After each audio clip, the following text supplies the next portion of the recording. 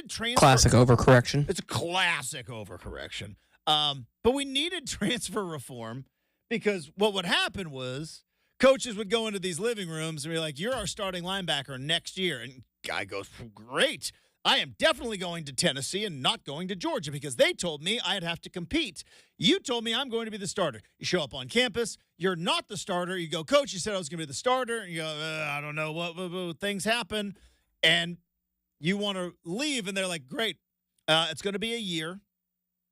Because the old rules, right? It was like, it's going to be a year. And then if you want to transfer inside the SEC or the Pac-12, RIP, or the Big Ten, or you want to transfer within conference, it's going to be 2 years, and we're not going to grant you a release. So best to suck it up, Buttercup, and just get it done here. Like, that's what would happen. That's why we needed transfer portal reform, because these coaches would make wild promises. Now, I do wonder, because I firmly believe that deals with quarterbacks are being made. I firmly believe it. Dylan Gabriel knew, I'm going to Oregon. I'm going to be the starter. Here is your NIL package. You are the starter on the team. Because Brenden, I think it's easier if you only did it with quarterbacks. We talked about it last year. DJU was the starter. That was a deal that was made. The year before that, Bo Nix was the starter for the Oregon Ducks. Right, Bo Nix, when he left Auburn, while he wasn't the Bo Nix that is now first-round draft pick, I think SEC wouldn't have let him leave if he was. Well, hold on a sec. But what I'm saying is, even at the level he was playing at, remember there was a lot of Oregon fans who were like, Bo Nix? And I was like, this guy is going to be great. This is going to work perfectly. He fits in the offense. New lease on his football life. All those things. Yeah, I knew it was going to be maybe not as big as it was, but I knew it was going to be successful. But you remember Bo Nix when he left Auburn wasn't exactly the highest sought-after quarterback commodity, but here's what I knew. I knew that there was 15 other schools that would have been more than happy to have Bo Nix, former high school five-star guy, as their starting quarterback. So there was no way he was going to leave Auburn, leave Alabama, leave his home, leave his legacy school to come out west, a place he knew nothing of, to battle for a position. That was never going to happen. The deal was made. Same reason with Dylan Gabriel, same with DJU, same with Michael Penix, by the way, up at Washington. Michael Penix, while I know coming off of injury, he went to Washington knowing, I'm sorry, I think it was Mitchell was the guy's name. Can't even remember his, or Sam Hewart. Like, this is my job. Dylan Morris. Dylan Morris. Knew it started with an S, though. Shirley, Swimmy, Swanson, Samsonite. Way off. And here's the other thing, like, I think we can talk about this now because Jonathan Smith's not at Oregon State anymore, and I know you don't feel bad about you were hearing things. Michigan winters are pretty cold, I hear. But you were hearing things when JT Daniels was on campus there at Oregon State that basically, I want to be the starting quarterback, I want X amount of NIL, and I want a house. It was a deal. It was. It was a transactional deal that they were trying to make. And Oregon State didn't meet the requirements, so he went to West Virginia and wasn't very good. Could have went to Oregon State, won 10 games, but then went to Rice. Then he went to Rice. Oh, where's he at now? I actually don't know. Is JT Daniels playing college football this year? That is from USC to West Virginia to Rice. No, he's out of eligibility now. All right. Finally out. USC, Georgia, West Virginia, Rice. I forgot he went to Georgia and got beat up by Stetson Bennett. Yeah. But because of things like that, because of like JT Daniels going to Georgia and then getting beat out by these I don't know if it's written in a contract. I don't know if it's like fully like you will be the starter and you will be, but these coaches know and these quarterbacks know. Now, I think in college football, I think you can do that at one position. I don't know if you could do that everywhere else, which is kind of what we talked about with Gunderson yesterday, which I don't know if in an NIL world, do you think Miami came to, sorry to bring this up, but it's the first one that popped into my head, but Damian Martinez, probably the biggest running back acquisition in the country. He's a top 5 running back. Yeah. And Mario Cristobal, I'm sure, in Miami came in with a pretty decent NIL package. He already took the money from Oregon State and then left, and then. But it clearly had to beat $100 grand a year, right? I'm sure he's beaten that. That's what we really heard rumored, at least for Oregon State. So go figure. But do you think Mario Cristobal came in and was like, all right, you transfer to Miami, you got the starting spot? I don't know. I don't know if those dealings are happening, but I'll bet you my bottom dollar that Cam Ward, who, again, outside of Dylan Gabriel, may have been one of the most sought-after quarterbacks on the market because he was leaving Washington State, and there was a handful of teams. They all need quarterbacks. I guarantee you that Cam Ward went to Miami with the assertion that you shall be our starting quarterback. You're starting. Yeah, I think you're totally right. I think I think it worked on multiple levels with Damian Martinez. Not only was the money good, Mario Cristobal came to him and offered him something that I don't know if Oregon State would have been able to I just don't know if they would have. Where Mario Cristobal's like, pretty much bleep the other running backs on my roster. I'm going to put the ball in your chest 35 times a game. That's what Mario Cristobal does. Now, Oregon State, he was obviously the leader in the room, but with 3 or 4 other guys they wanted to get reps this year. So, well, here, the reason why I bring it up is I'm wondering, we've seen this in the NBA with the Blazers. Remember when the Blazers, and it was they were in their first tanking year, and I was sitting here going like, Anfernee Simons is about to be an a restricted free agent, I should say, going into this year. And if he were able to play in this tanking year, he was going to score about 38 points a game. That's obviously some hyperbole there, but he would have scored 28 points a game, and his numbers would have shot through the roofs. And the Blazers would have won more games than they wanted to win, and they would have lost ping pong balls. And after C.J. McCollum was traded, you can't tell me that the deal was not already struck. They're like, Ant, here's what we're going to need you to do. We're going to need you to sit down the rest of the year. We're going to get you re-signed. Was it 21 mil, I think? Something like 25 mil. We're going to get you re-signed for about 25 mil, and you shall be our starting guard. That deal was done. It happens in the NBA all the time. Guys come in and understand that you're going to be the starter. It matters to players, especially in the NBA. I firmly believe it matters to players. And so, which is why the Blazers, when they had Carmelo Anthony a handful of years ago, had to not bargain with him, but had to have a conversation of like, would you mind coming off the bench this next year? And he did. You have to have those conversations. I wonder if those conversations are happening in college football now that NIL transfers are becoming, they're transactional. These are business deals. Damian Martinez went to Miami on a business deal. True. He got his NIL money. He gets to play in the ACC. And I'm wondering, was there promises made of, you shall be our starting running back? I don't know. I think it is with quarterbacks. No, I think you're right. And I think it's alluding to something, Justin. His circumstances change, right? So, like, when the Blazers gave Anfernee Simons that contract, I think they had Shaden Sharp on the roster. They didn't have Scoot Henderson on the roster. No. Right? So, circumstances change. So, it's like you can give this 4-star quarterback who you think is everything, and then what if your booster comes to you the next cycle and says, I actually got this 5-star. Mm-hmm. He's a little bit faster, like him more, until the other guy just go away. And that's going to happen. Like, you know what I mean? It's 100% going to happen. And that's how quarterbacks end up in the transfer portal. Well, that's how who was Miami's quarterback? Tate? Was it? Tyler Van Dyke? But yeah, that's how he's at Wisconsin now.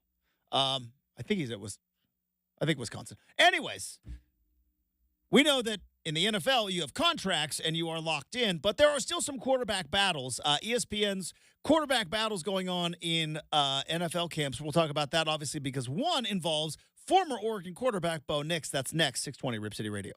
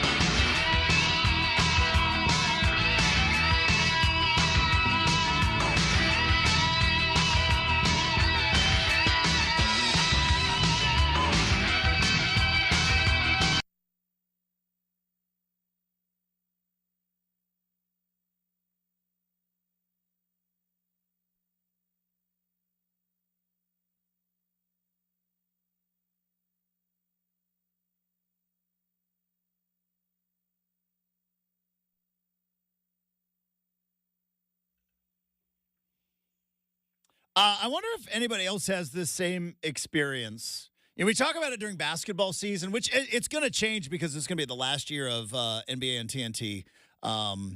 But you would watch the doubleheader, the TNT like Tuesday night doubleheader, and then maybe you'd be watching Kenny and Shaq and Ernie Johnson, and then you would turn your TV off and you would go to bed, and then you would wake up the next day and you would turn your TV on, and it's Charmed, right? All of a sudden, it's reruns of Charmed on TNT or Supernatural. Supernatural was on all the time. The reason I bring that up is because I was watching USA versus Germany men's volleyball right now on USA. Shout out Team USA. We got the dub. USA men's volleyball gets the dub. And so I blinked, I turned my head, I did a segment, and I said, now I'm watching table tennis. And this table tennis stuff this is so intense. So intense. These are always the sports that I am fascinated by because obviously different cultures put different emphasis on certain sports, and there are certain places in this world where table tennis clearly is a very big deal. But hey, it was a big deal in Forrest Gump. Huge deal. But like, how do you know like when we were growing up, and you were playing Little League or you were playing like youth soccer, you could see like, oh, that kid's really fast. Do you know what I mean? Like, you're like, that kid really fast. Or you play like youth basketball, and while the rest of us are just trying to learn how to, do a pick and roll, it's like, oh, that kid's shooting threes, perfect form. That guy's going to be pretty good. You could see like the athlete. How do you tell if you're like a phenom at table tennis? Like, how does that come about? Or is it just you commit to it and work and work and work and work? I don't know. But I got Team USA table tennis going on right now. We're facing off against Brazil. I'm feeling pretty good about it. Oh, that's a wicked serve. Anyways, what are we talking about? Football. That's right. Football's coming up. By the way, we have got preseason football coming up in just 2 days. Hall of Fame game is set for Thursday. Mentioned it yesterday. From this week until the end of February, we have got football in our lives. Last week was the final week in our life where we do not have any football whatsoever. There's actual football actually being played in 2 days in Canton, Ohio at the Hall of Fame game. And training camps now currently going on all across the great NFL world. So I saw this on ESPN. 5 starting quarterback battles and predictions. We're going to give our own predictions. Let's start with the easy one, Brenden. That's the Pittsburgh Steelers. Outside of injury, this is an easiest prediction ever. Russell Wilson shall be the starter for the Steelers. He will. Now, will he be the finisher? Will he be the starter by Christmas? Will he be the starter by Thanksgiving? Will he be the starter by Halloween? That we'll wait and see. But it was very clear, which is what we talked about last segment, but we talked about the college football. It was very clear. Russell Wilson was brought in to the Steelers, signed with the Steelers, because remember, the Broncos cut him. They're paying $37.79 million of his contract. Real quick, Justin. Yes. That is a classic Billy Bean in Moneyball to David Justice. Nah, the Yankees paying half your salary. That's what the New York Yankees think of you. So that's what the Denver Broncos think of Russell Wilson, is paying him that much to play against them. It's not exactly, but it's close. I know you love. It's close. You just like doing the Brad Pitt voice. I do. The Brad Pitt, pretty great. Billy Bean voice. You love doing. No, man, It's pretty great. Might be the only impersonation I'm halfway good at, because Justin nails impersonations. Mine are like, he could do Patrick Mahomes like I could never do. It's quite. I don't know, Patrick Mahomes. Here we go, Chiefs. This is good. I sit here and applaud. Couldn't do it, man. Anywho, but yes. I feel really good about this season coming up. Yeah, that's Patrick Mahomes. Anyways, but Wilson was. I mean, we all know the story, right? He was released by the Broncos. They try to make a clean cut. we'll pay the back end. We'll pay the penalty. We need a new quarterback. And Sean Payton was like, I can't. Too much stuff like built in over those years in Denver with Russell Wilson. And it got to a point where it was toxic between the organization, the coaching staff, the quarterback, and everything else. Now, I'm going to try to be positive as a Steeler fan and think maybe 2015 Russ will show up. Now, that was 9 years ago. Maybe 2016 Russ will show up. And the Pittsburgh Steelers, who have obviously been missing a dynamic quarterback since Ben Roethlisberger blew out his elbow, right? What was it? 5 years ago now? 6 years ago? Ben Roethlisberger blew out his elbow, had to get reconstructive surgery, came back, took him to the playoffs, but couldn't throw the ball over 15 yards, it felt like. So, since Roethlisberger blew out his elbow, the Steelers have not had a dynamic quarterback at all because they have went from Roethlisberger with a dead arm to Mitch Trubisky. And by the way, in that mix too, don't forget Duck Hodges, old Devlin. Oh my gosh, Duck. He's living a great life, by the way. He's taken all of his football money, and he's just like, I am Lainey Wilson's boyfriend now. Really? Oh, yeah. I did not know that. That's interesting. that's a rabbit hole. She's becoming a mega superstar right now. Yeah, I'll have to hitch your wagon to that shooting star. I'll have to fall into that rabbit hole. Duck Hodges, yeah. A little bit later, but he's living a very, very good life. Well, right and just to kind of add on to that point, Justin, I'll let you get back to it. Is just with how Russell Wilson, he was he's going to a place where I know it's not quite the same, not like Super Bowl appearances, but for my money, Mike Tomlin is the Eric Spoelstra of the NFL. He can do more with less than maybe any other coach. I'm not going to say that there's a lot of good coaches in the NFL, but now you give him to Justin's point, he's made the playoffs, twice with that group? Yeah. So never a losing record. Never a losing record. Now, impressive. Steeler fans do not deal in going to the playoffs. Steeler fans do not deal in winning records. They deal in Lombardis. All right. And the fact that the Ravens and the Bengals in that time, while the Steelers were making the playoffs, the Ravens and the Bengals, even though the Ravens have had their own playoff woes, have been Super Bowl contenders. That doesn't sit well in the old Steel City, but we'll see what happens. But this deal is done. Russell Wilson's going to be the starter. What is going to be fascinating, again, and I think ultimately it's a good thing. In college, you worry about the fans and the fan base, or more importantly, the locker room, falling in love with the backup. That's why quarterback competition is good. Controversies are bad, because the worst thing that can happen is to not just have your fans, but to have your own team going well, should the other guy be taking snaps right now? That's what fractures the locker room. That's what gets you very bad performance on the field. That's what gets you losing records. But I think the plan is certainly in place. Russell Wilson he's on a $1.21 million contract.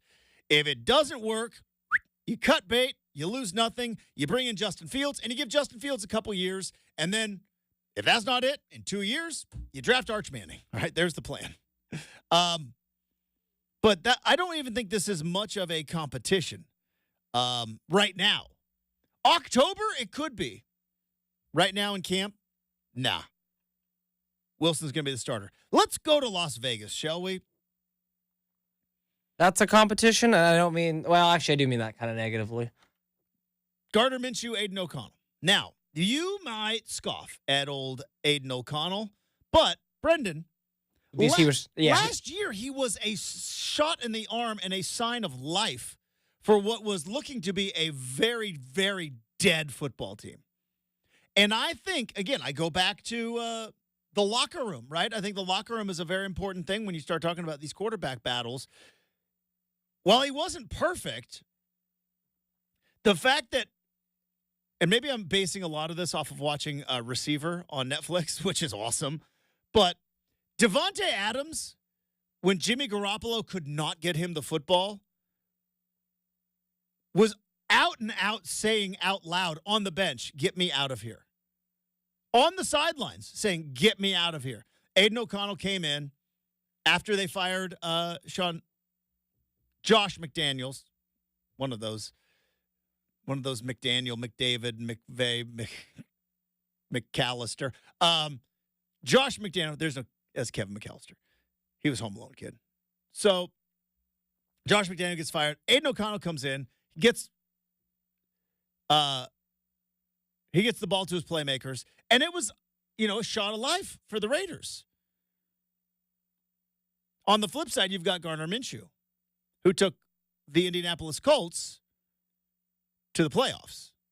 An Indianapolis Colts team that looked to be, after the Matt Ryan debacle, and then they had, we'll get a rookie quarterback, and they got Anthony Richardson. Anthony Richardson looked okay. Then he got hurt for the year. And Gardner Minshew, once again, just keeps hanging around. By the way, I know I've said this before, but as you guys all know, and my wife knows all too well, I repeat stories. Gardner Minshew is one of my favorite stories in the history of football. One of my favorite stories. He was a quarterback at East Carolina. He was on his way trying to get a graduate assistant job at Alabama to become a coach.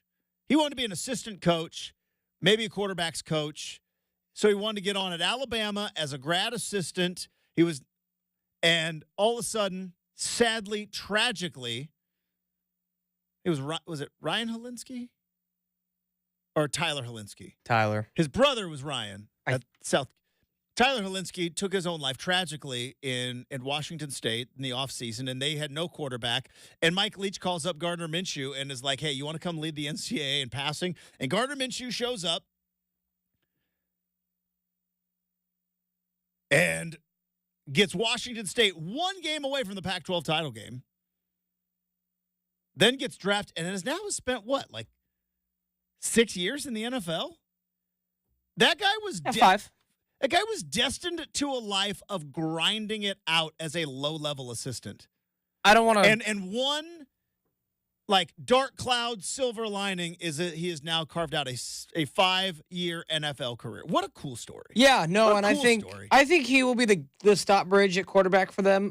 Call me crazy, Justin, but You're crazy. I think very much like how in the NBA, and I'll go back to a couple years ago when the Blazers tanked for the first time, and we looked at the stats, and there were people who were like, I'm trying to think of who really put up kind of crazy numbers, who was not really all that good that year. But for instance, I remember the big one was, and you came around on this, Justin, so I'll give you the tip of the cap. But you're like, Drew Eubanks did all that in a bunch of losing games. We don't know what he can do. And I think that is somewhat true for the NFL too. So I know that they won, but it's I look at it as anything was better than the terrible stuff the Raiders had going on. I'd like to see it proven over a full season. Same with Antonio Pierce. It's a risky hire. I think you still have but I don't think you can fake getting 52 NFL players to follow you. Not fake, but just maybe fool's gold. Slightly. See, that fool's gold's fake. But over time, I don't know. You kind of get what I'm getting at. I think you can. I don't know if I agree with it, but we'll find out. Yeah, for sure. I've been wrong a ton. But you think O'Connell will beat up Minshew then? That would surprise me. I think familiarity with the offense and all that stuff. Okay. But no, I can see it. I don't know. It's so much with fit. Basically, who can get the ball to Devontae Adams best, right? That is the entire training camp. And all of a the sudden, entire offense. Gardner Minshew is I can get the ball right to him every single time. Don't worry about it. So we'll see. All right, fascinating one. Denver Broncos. That's a competition? I think they have to say it. That surprises me as well. So Zach Wilson is on the roster. He's not starting for the Broncos. He hit up the local Denver Cougars. Sorry, had to make it. He's never going to live that down, is he? No, I'm just kidding. But not Other really. than being a colossal failure in both performance and leadership, because when he threw his defense under the bus, I don't even know if it's true, but we all believe that Zach Wilson had a little thing with his mom's friend. That's interesting. Do you? But it's Bo Nix, Jared Stidham is the battle. I don't think it's much of a battle. I do think ultimately Bo Nix is going to be the quarterback of the Broncos. That's why they drafted him in the first round. Are they going to do like what a handful of other teams have done, which is let's wait until about week 5 and roll him out? I don't know. That's what's going to be fascinating in Denver. Now, you keep listening to Sean Payton. He keeps talking like Bo Nix is he is as far along as any rookie quarterback I've ever had and blah, blah, saying all the right things. I am going to be fascinated to see, will they run him out week 1 against the Seahawks? I believe it's at the Seahawks. It's in Seattle. He's experienced enough. And, as also, far like Bo Nix has played like 14 years of college football. So like as far as a guy who could come in and probably hit the ground running, Sean Payton's going to have doing the same offense he had at Oregon, right? Quick throws, making reads. I'd be shocked if he doesn't start. Maybe it's not right out the gate, but Justin, it could be like I see it like a Justin Herbert, Tyrod Taylor situation where it's like maybe he gets the nod early. But to that point, who's a worse number 2 pick, Zach Wilson or Mitch Trubisky? And Reese, just a number 2 pick. If you had to say, take out the bias, who is a bigger bust to the team that draft? I mean, the Bears have Caleb Williams now, so probably and the Jets have Aaron Rodgers. Yeah, so and the Jets got Aaron Rodgers because Zach Wilson was so bad. It worked out okay for them. That's a tie. It's a dead heat. They're both but bad. no, back to your point. Maybe it Stidham early, but I think Bo Nix will thrive. Maybe the Broncos aren't. The only thing is, like, after the Russell Wilson thing, Sean Payton went about finding his quarterback, right? This is going to be my guy, and that's Bo Nix. And I don't know if he wants to wait 4 weeks to be able to do that. We'll see. But I think they start Bo Nix right away. I do. I do too. I think they have nothing to lose. That's the huge thing, right? What I got about 2 minutes to make this point. It's gonna be very tough because I'm long-winded.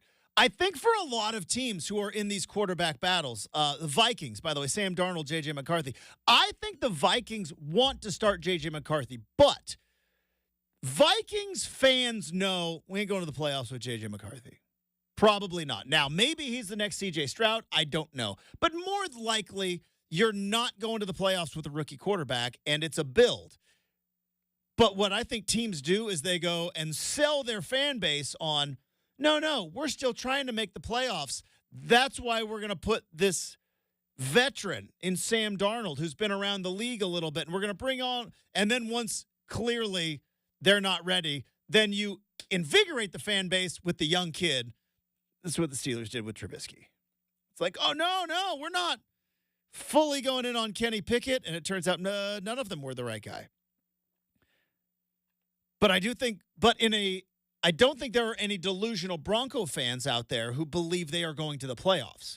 I think they are like, we are building still, and it'd be nice to be competitive, but in the AFC West, we ain't going to the playoffs. So might as well throw the rookie out there. And like you said, Bo Nix and Michael Penix, which we haven't even gotten to that yet, 2 of the oldest rookies ever because of COVID years and because of extra eligibility. Real quick, Vikings, Sam Darnold starting, I think. I think the Vikings go the opposite. And again, also the Vikings have to appease Justin Jefferson. You got to appease that guy.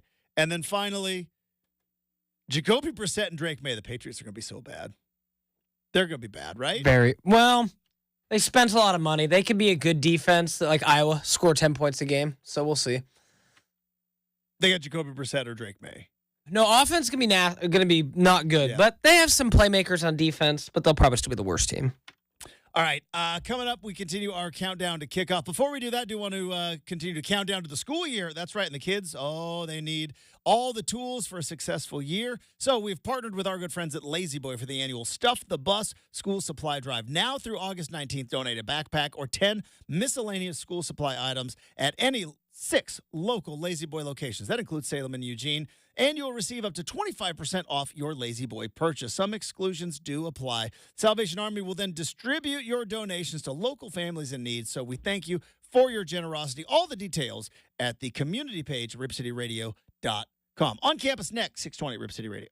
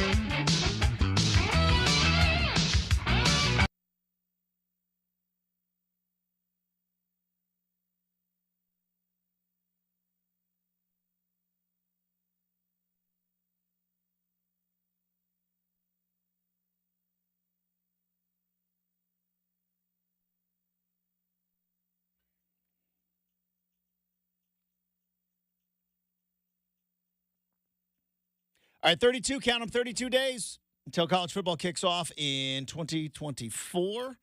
The Oregon Ducks will be kicking off against the Idaho Vandals. That's who is going to be coming to Autzen Stadium. And Beavs have got Idaho State. We both start with the potato state, there man. we go. The Idaho State, I believe they're the Bengals of Idaho State. And so State of Idaho definitely getting a good check from the state of Oregon. yeah. From both. I mean, hey, from both, right? 100%. So State of Idaho is doing quite well. So we continue our countdown to kickoff. Oregon had its media day yesterday. When's the Beavs media day? No media day, just No media first day. day, Wednesday. Just show up. Just opening training camp. You know how it is. Got it. Okay. You know how it is. This is nothing new. It's been this way for about 3-4 years now. Maybe it's time to start something new. I don't know. Maybe the old way isn't the best way considering the circumstance, but you know what? Coming from me, it doesn't really help. They're being mindful of me and all my colleagues' drives down to Corvallis, Justin. I'm just. We may talk about this a little bit later. Right now, though, I have another question. We have breaking news? Oh. One quick thing on that is Oregon doesn't have practices open at all, right? I believe they have portions of practice. So there's you get a really good shot of look at them stretching. There's your I think some warm-ups going on. So there's your rub is Oregon State, you get to watch the full 2 hours. You can't necessarily say everything, but they leave it open for quite a bit. So anyway, but yes, just interesting little rub. It might be a good time to bring as many cameras and microphones and internet people, and maybe not at practice when these players have helmets on, but maybe, I don't know, in a conference room where you can talk to them and you can showcase, hey, we're still here, blah, blah, blah, blah. We're playing. I don't know. Maybe a time to let everybody with a camera or a microphone talk to your head coach. Might be it's called post-practice on Wednesday. Maybe not in a scrum situation, but in a comfortable situation. That's where fair. You can, How funny is it that it's it still baffles you, and I'm like, this is par for the course, man. This was not surprising. They haven't done a media day since I was in school, Justin. I hear you. Not saying it's right. I don't. And I'm far from the guy to start getting on my high horse, but I'm just saying, of all the years, maybe this would be the year to be like, hey, guys, let's everybody show up. Look at these great players that we have. Look at the guys who stuck around. Let's showcase that. Talk to him. Get his story. But no, they're all going to be tired and sweaty after practice. And it's anyways. I have another thought. Let's go on campus real quick. I'm sure you told me this last year and probably the year before, and I conveniently forget every single time. But it's opportunities lost because it costs you nothing. It costs you nothing. You have said the same thing about the spring game, too. It costs you a couple $100 in some food. Put a spread out there. What's that? Will show up for food. I know. Exactly. Come on, Justin. I don't disagree with anything you're saying, but it's penny wise, pound foolish, man. Is reality's reality. So I did see this story, and I don't want to dive into this. We may save this for tomorrow or the next day. Bill Connolly of ESPN, he put out his top 25 college football players of the 21st century. So the best 25 players from the year 2000. I have always said Reggie Bush is the best. He has Reggie Bush listed as number 7, which I disagree with. But what intrigues me, Brenden, is the number one guy on this list. Grant High School's Ndamukong Suh. Now, Ndamukong Suh in 2009 was a one-man wrecking crew at Nebraska. Beavers thought they were going to get him. Well, and that's what I wanted to ask. Is Ndamukong Suh the biggest miss? One of. In Oregon or Oregon? Now, I'm going to take my guy out of it because I know the recruiting process that happened with Polamalu. I'm taking him out of it because I believe he was probably the biggest miss. From what I had heard. After that, and I'm just because I can't be biased, is Ndamukong Suh the biggest miss? Because I think of 2009 Oregon. I could have used that guy.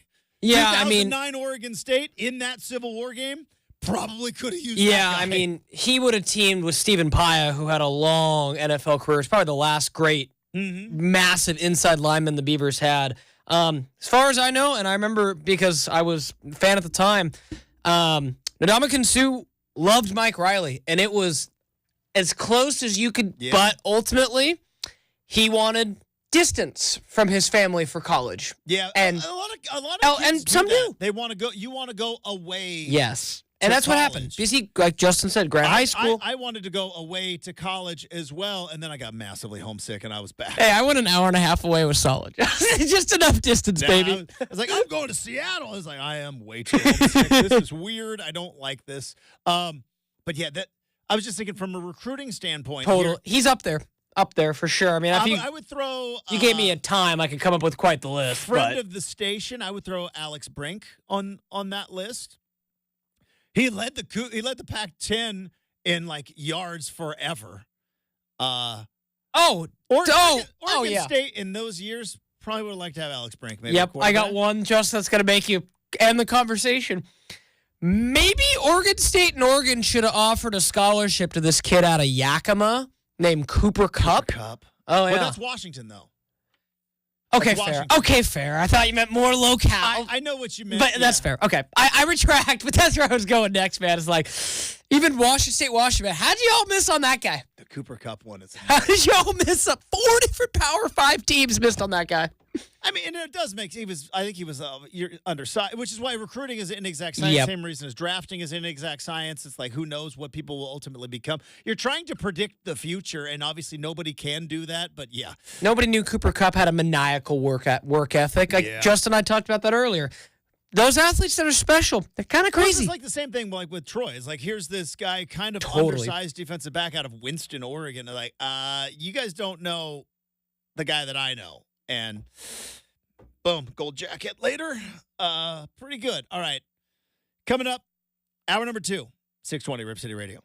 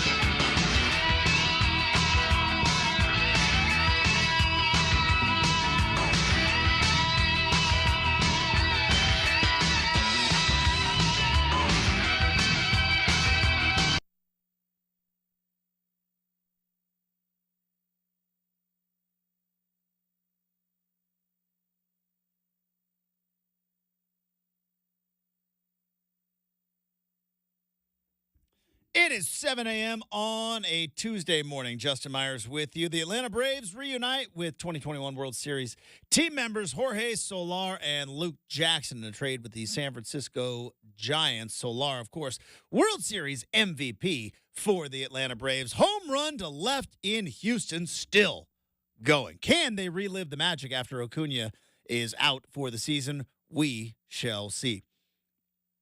Former Broncos GM John Elway said that his biggest regret as an executive is not drafting Josh Allen with Denver's 5th pick, as Allen went 7th to the Buffalo Bills. In hour number 3, friend of the program, Devon Pouncey is going to join us. We're going to talk Team USA basketball. Jason Tatum expected to play against South Sudan. That game tips off tomorrow morning with Team USA in Paris. But hour number 2 of Rip City Morning starts right now at 620 Rip City Radio.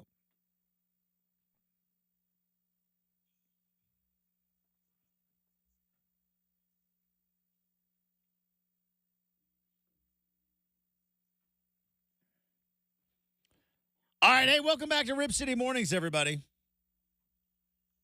20 minutes from now, we have got Make or Miss. 45 minutes from now, you will all get off my lawn. It is a grumpy old man Tuesday. Also, old man tendencies. Brenden, yesterday was a pretty gloomy day here in the Portland metro area. And you know how you know you're getting old? When you see that it's going to be gray and rainy and gloomy in July, and you are like me, a guy who loves the summer, looks forward to the summer, yet I still looked at the gray, gloomy, rainy forecast and go like, well, the grass needs it.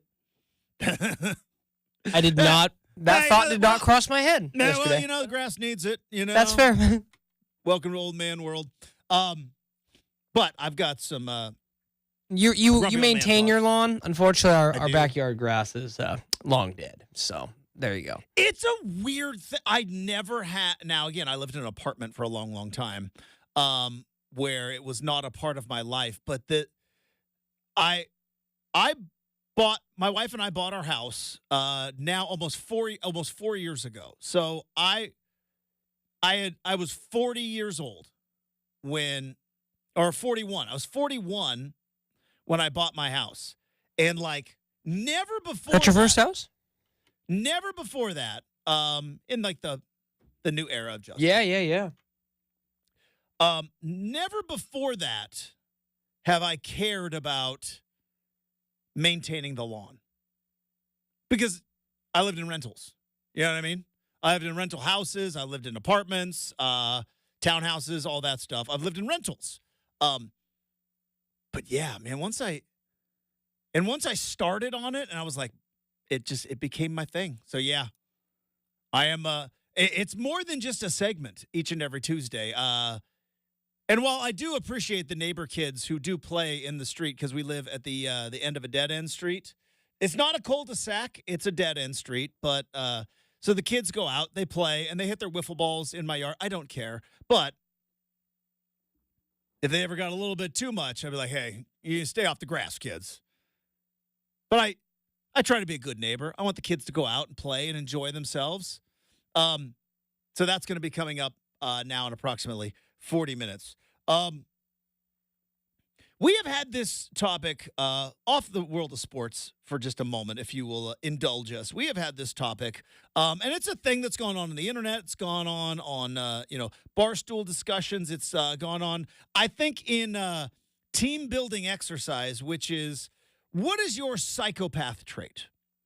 Right? You've probably all been in a meeting where, tongue in cheeks, what is something that you do where you're like, yeah, if people knew less about me, or if I said it out of context, I would seem like a psychopath. I have said multiple times, because I am an open book, people think I am crazy, I don't shampoo my hair. I don't shampoo my hair. My hair is as clean as anybody else's hair. I'm out. I'm out on shampooing. And I would imagine if you told somebody that, you get the reaction that Brenden gives me each and every time I mention it, which is, you're kind of a psychopath. But that's mine. Brenden, you mentioned something last hour off the air, which is you would judge people and think people are kind of psychopaths if they only go to Dairy Queen for the food and not for the ice cream. Now, if you like you pointed out, if you get both, that's okay. But I've learned over the years because I've eaten. Does intent matter? Here's what I mean. Expand. It's one thing to be like, you know what? Boy, a blizzard sounds great. Let's go get blizzards. And you know what? I'm hungry too. Let me get a chicken strip basket. Fine. As opposed to the opposite intent, which is, boy, I really like that chicken strip basket at Dairy Queen. And throw in a dip cone while you're at it. That's you look at that with some only because I used to eat at Dairy Queen probably more, but then I just kind of realized Dairy Queen, and I'll say this in the same way that I say about Sonic. Sonic, I worked at for many years. You don't go to Sonic for the food. You go to Sonic for the drinks, the ice cream, and occasionally not the Coney dogs and the tater tots. I was say the tots. I mean, the footlong conies are all right, but you've seen the sausage be made, so to speak. You and then sausage there? No. All right, can I give but like a quick aside? Yeah. I might have mentioned it once or twice. I grew up in a small town.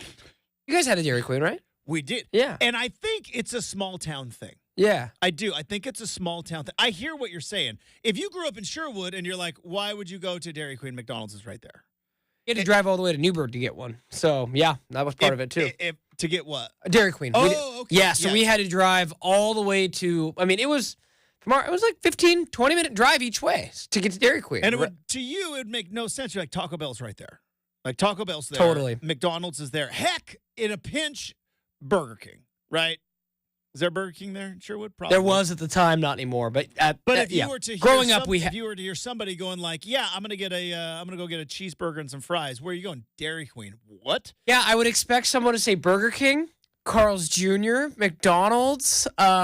Just not like where it's like not the first like, "Hey, I'm reaching for fast food. I'm going to go get it now." Because here's what's interesting: ice cream. It's up there, man. They're caramels like sundaes. Okay, Blizzard's the GOAT, right? Oh yeah, Blizzard's the GOAT. Totally. There is not an ice cream thing, and even your Sonic stuff, or they have a Blast, which is their ripoff of a Blizzard. It's similar. The OG. Yeah, I think Sonic shakes are. They're tough to beat, but yes, I will give it to you. The Blizzard is the OG king, man. Blizzard is the absolute GOAT of ice cream treat that you can buy. That being said, I don't know what it is because again, I grew up in a small town and I played sports in small towns all up. Every small town had a Dairy Queen. We all had one. We had a Dairy Queen and we had an A&W. I don't know how they nestled in to tiny little communities everywhere, but I'll bet you if you grew up in a small town with less than 3 stoplights, I had one. Or less than 10,000 people, I'll bet you had a Dairy Queen. And I'll bet you had an A&W. We didn't have a McDonald's or a Taco Bell, but we had an A&W, and we had a Dairy Queen. So I do think it's a little bit different with, like, lack of options. What else do you think is on the list? Like I remember, and I'll make it local, I remember when Abby's Pizza started doing chicken and spuds. And Abby's chicken and spuds is good, but the people that would go to Abby's and not get pizza, it was like, we're just going to get chicken and spuds at the Abbey. The thing is you get all three. Correct. So we don't. That's what I'm saying. Put those hands together. Yeah. But if you only get the one, that's kind of psychopath. So can I ask you an honest question? You can ask me anything. When was the last time you had Abby's chicken and spuds? Oh, decades. Because if I very rarely go to Abby's anyway. And I've told you know that all the ones, and again, if someone knows otherwise, please hit me up because I'm a pizza connoisseur and I love Abby's. Now you said, I'm trying to think.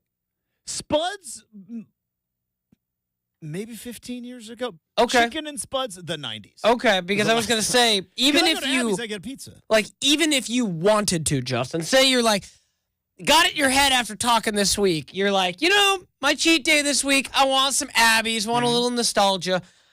My understanding is that you would have to drive all the way to Eugene.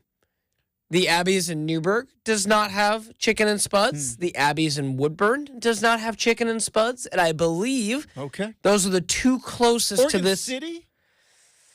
Could be worth looking up Oregon City, but I don't believe so. So it was kind of one of those things. Oregon City listeners, your Abbeys have chicken and spuds. Because I grew up. What do you think about, speaking of the Keep it small going. town staples, what do you think about people who go to A&W and don't get a root beer? Is that worse than people that go to Dairy Queen and don't get an ice cream? It's up there. Yeah, it is. It really is. So like, what are you doing? Yeah, because I just. Now, I know some people drink diet soda, but imagine you, a guy who will drink both, and you go to A&W, you're like, no, I'll just have a Pepsi. Yeah, that'd be disappointing. What are we doing here? So I gotta shout out Grandpa Slaughter in this one, Justin. So I remember being a kid, and he very much liked A&W too. So maybe it's older times. Dude, A&W is the best. Small town thing kind of a stuff. Is the best. And when I don't even know if they do this anymore. Frosted mug out of the tap. I was going to say. I don't know if there's until you started drinking beers. Like it's true. I just remember there's not much better than going to an A&W and getting fresh out of the tap with a frosted mug. Oh. And not the float, and a root beer. No, just a root beer. Root beer, no ice. Yep, it didn't need ice. Oh, yeah, but no, like I remember being. You want a hot take? A&W root beer in a frosted mug, fresh from the tap, is better than McDonald's Coca-Cola.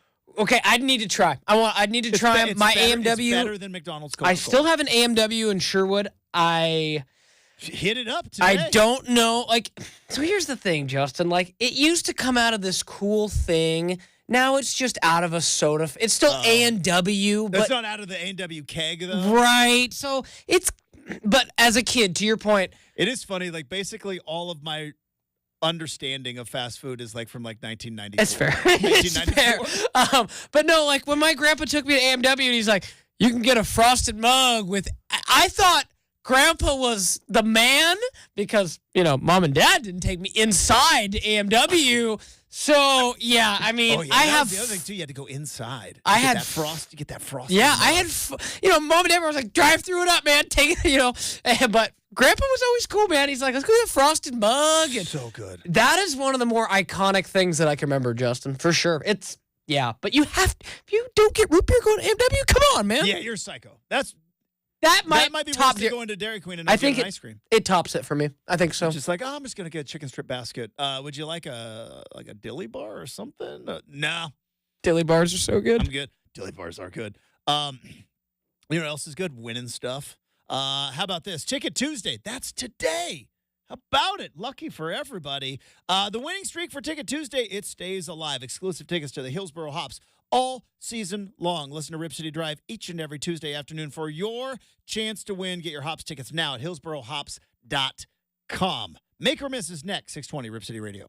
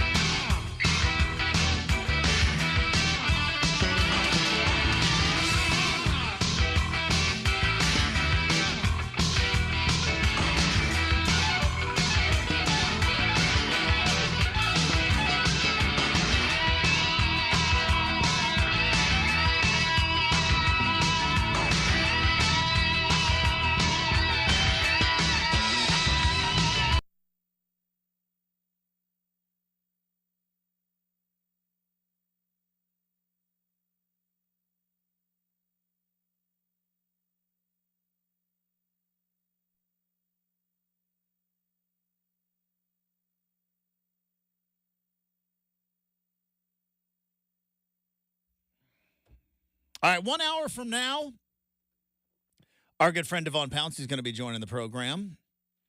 Get his thoughts on Team USA's opening win. LeBron, Steph, and KD look pretty good.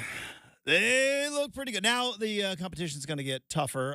South Sudan. Now this is the same South Sudan that Team USA beat by 1, like a week ago. I think it might be. I think the turntables might have turned coming up with the Olympic play as opposed to the pre-Olympic play. But get his thoughts on Jason Tatum, not in the lineup, and some other thoughts with Team USA into the Olympics. So that's going to be coming up in an hour from now. Tip of the cap to listener Travis. He says, "Hey, Oregon City listener here. Appreciate you. Shout out. Let's go Pios. Our Abbies does not have chicken and spuds." Okay, so that literally means you have to get out of the Portland Metro.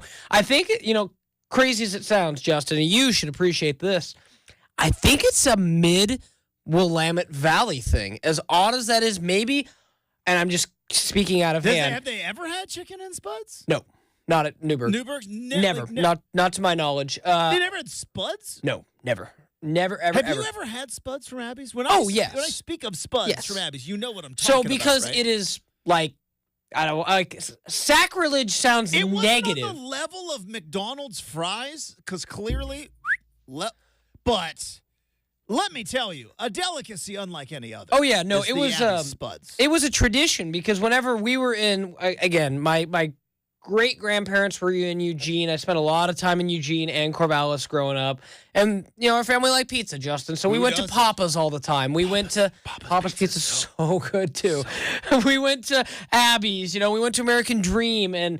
You ever go to Pietro's? Oh yeah, man.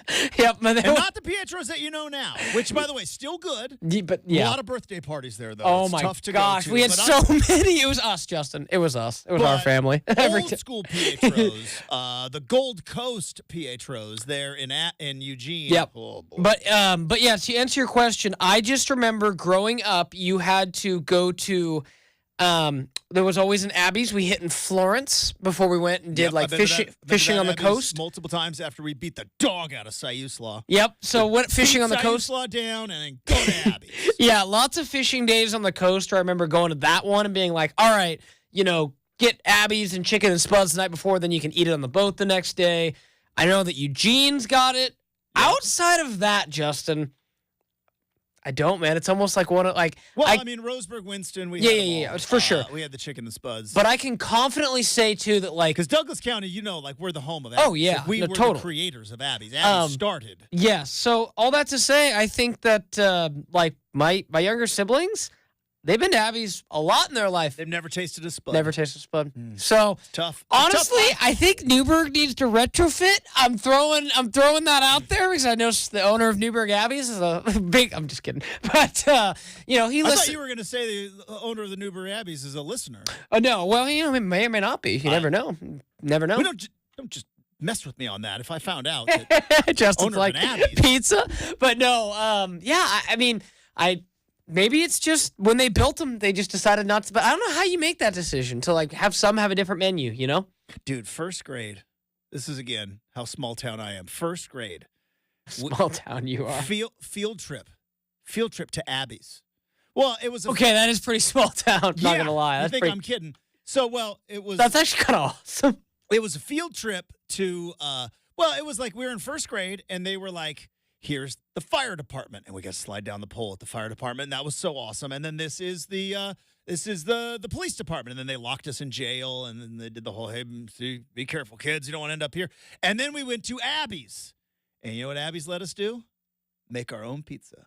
That's right. Wow, They had that's cool. They had dough out there, and they put the sauce Okay, that's pretty on, cool. and you make your own pizza. Oh, it's the best. It's a field trip in school. Went to It's- Abby's to make my own pizza. But it is now going to be Justin my weird because I told you yesterday how after you mentioned your blue jeans, it stuck in my head, and I was like, like sometimes things we stick with me for a few hours. Today, it's going to be finding out which Abby's sell spuds and chicken Yes. out of all the We Oregon need Washington. a definitive list. Yeah, I need a list, man, because Abby's does not list it. So they're like, oh, have somebody come in, and then you don't even know they don't have them. All right. We need to get to Yes, we need to get to Make or Miss. I could do this all day long. As Good. a matter of fact, I might, but we're going to get to Make or Miss. Here we go.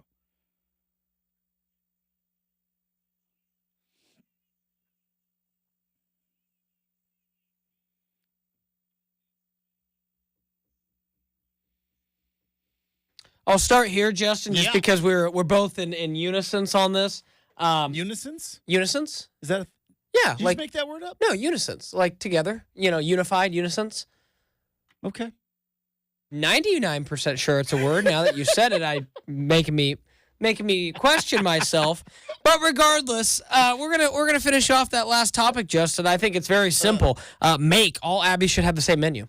Like you don't have less potatoes and less chickens up here than you do down in the Mid-Willamette Valley. So that's it. Cut and dry. Just menu should be the same, man. Like you go to a McDonald's here, you go to a McDonald's in Jacksonville, Florida. Exactly the same Big Mac, man. I'm with you. Seems Did you ever have the linguiça pizza? Have I ever had it or tried? I've never had linguiça on pizza, that was an Abbey staple. Was linguiça? That's how I learned about what linguiça was. Yeah. Is that was an Abbey's pizza? So I told you, Justin, growing up, it took me a long time to get out of cheese pizza. I told you this for a long time, and it finally got into Hawaiian. There's some other pizzas that I will eat now, but I've told you the story. I think Abbey's had hula chick. Did you ever have hula chick? Yes. But do you remember? I guess I've already told this story, so whatever. But do you remember when I told you the reason why I felt that I needed to try more than just cheese pizza? Well, because didn't you say you felt like at some point you were going to go on a date? Yeah, and that you did not want to be a cheese pizza, eat like a 7-year-old. Which it's funny on a date. That's how my brain worked like 10 years ago. Now it's like, can I see this? Can I get a little personal here? Because, sure. I have done this. Now that I am no longer dating, found the love of my life. She might be listening. You're the best. But when I was dating, we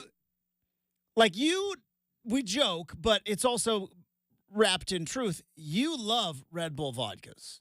You love them in the certain scenario. Yes. Let's not say that I'm chugging them down Monday through Friday because I'm not. So but it is my drink of choice when I am out and want to drink. If you were to go out on a date with a fine young lady and you were to order a Red Bull vodka, it'd probably be looked at like a psychopath. Probably have to be a mule, man.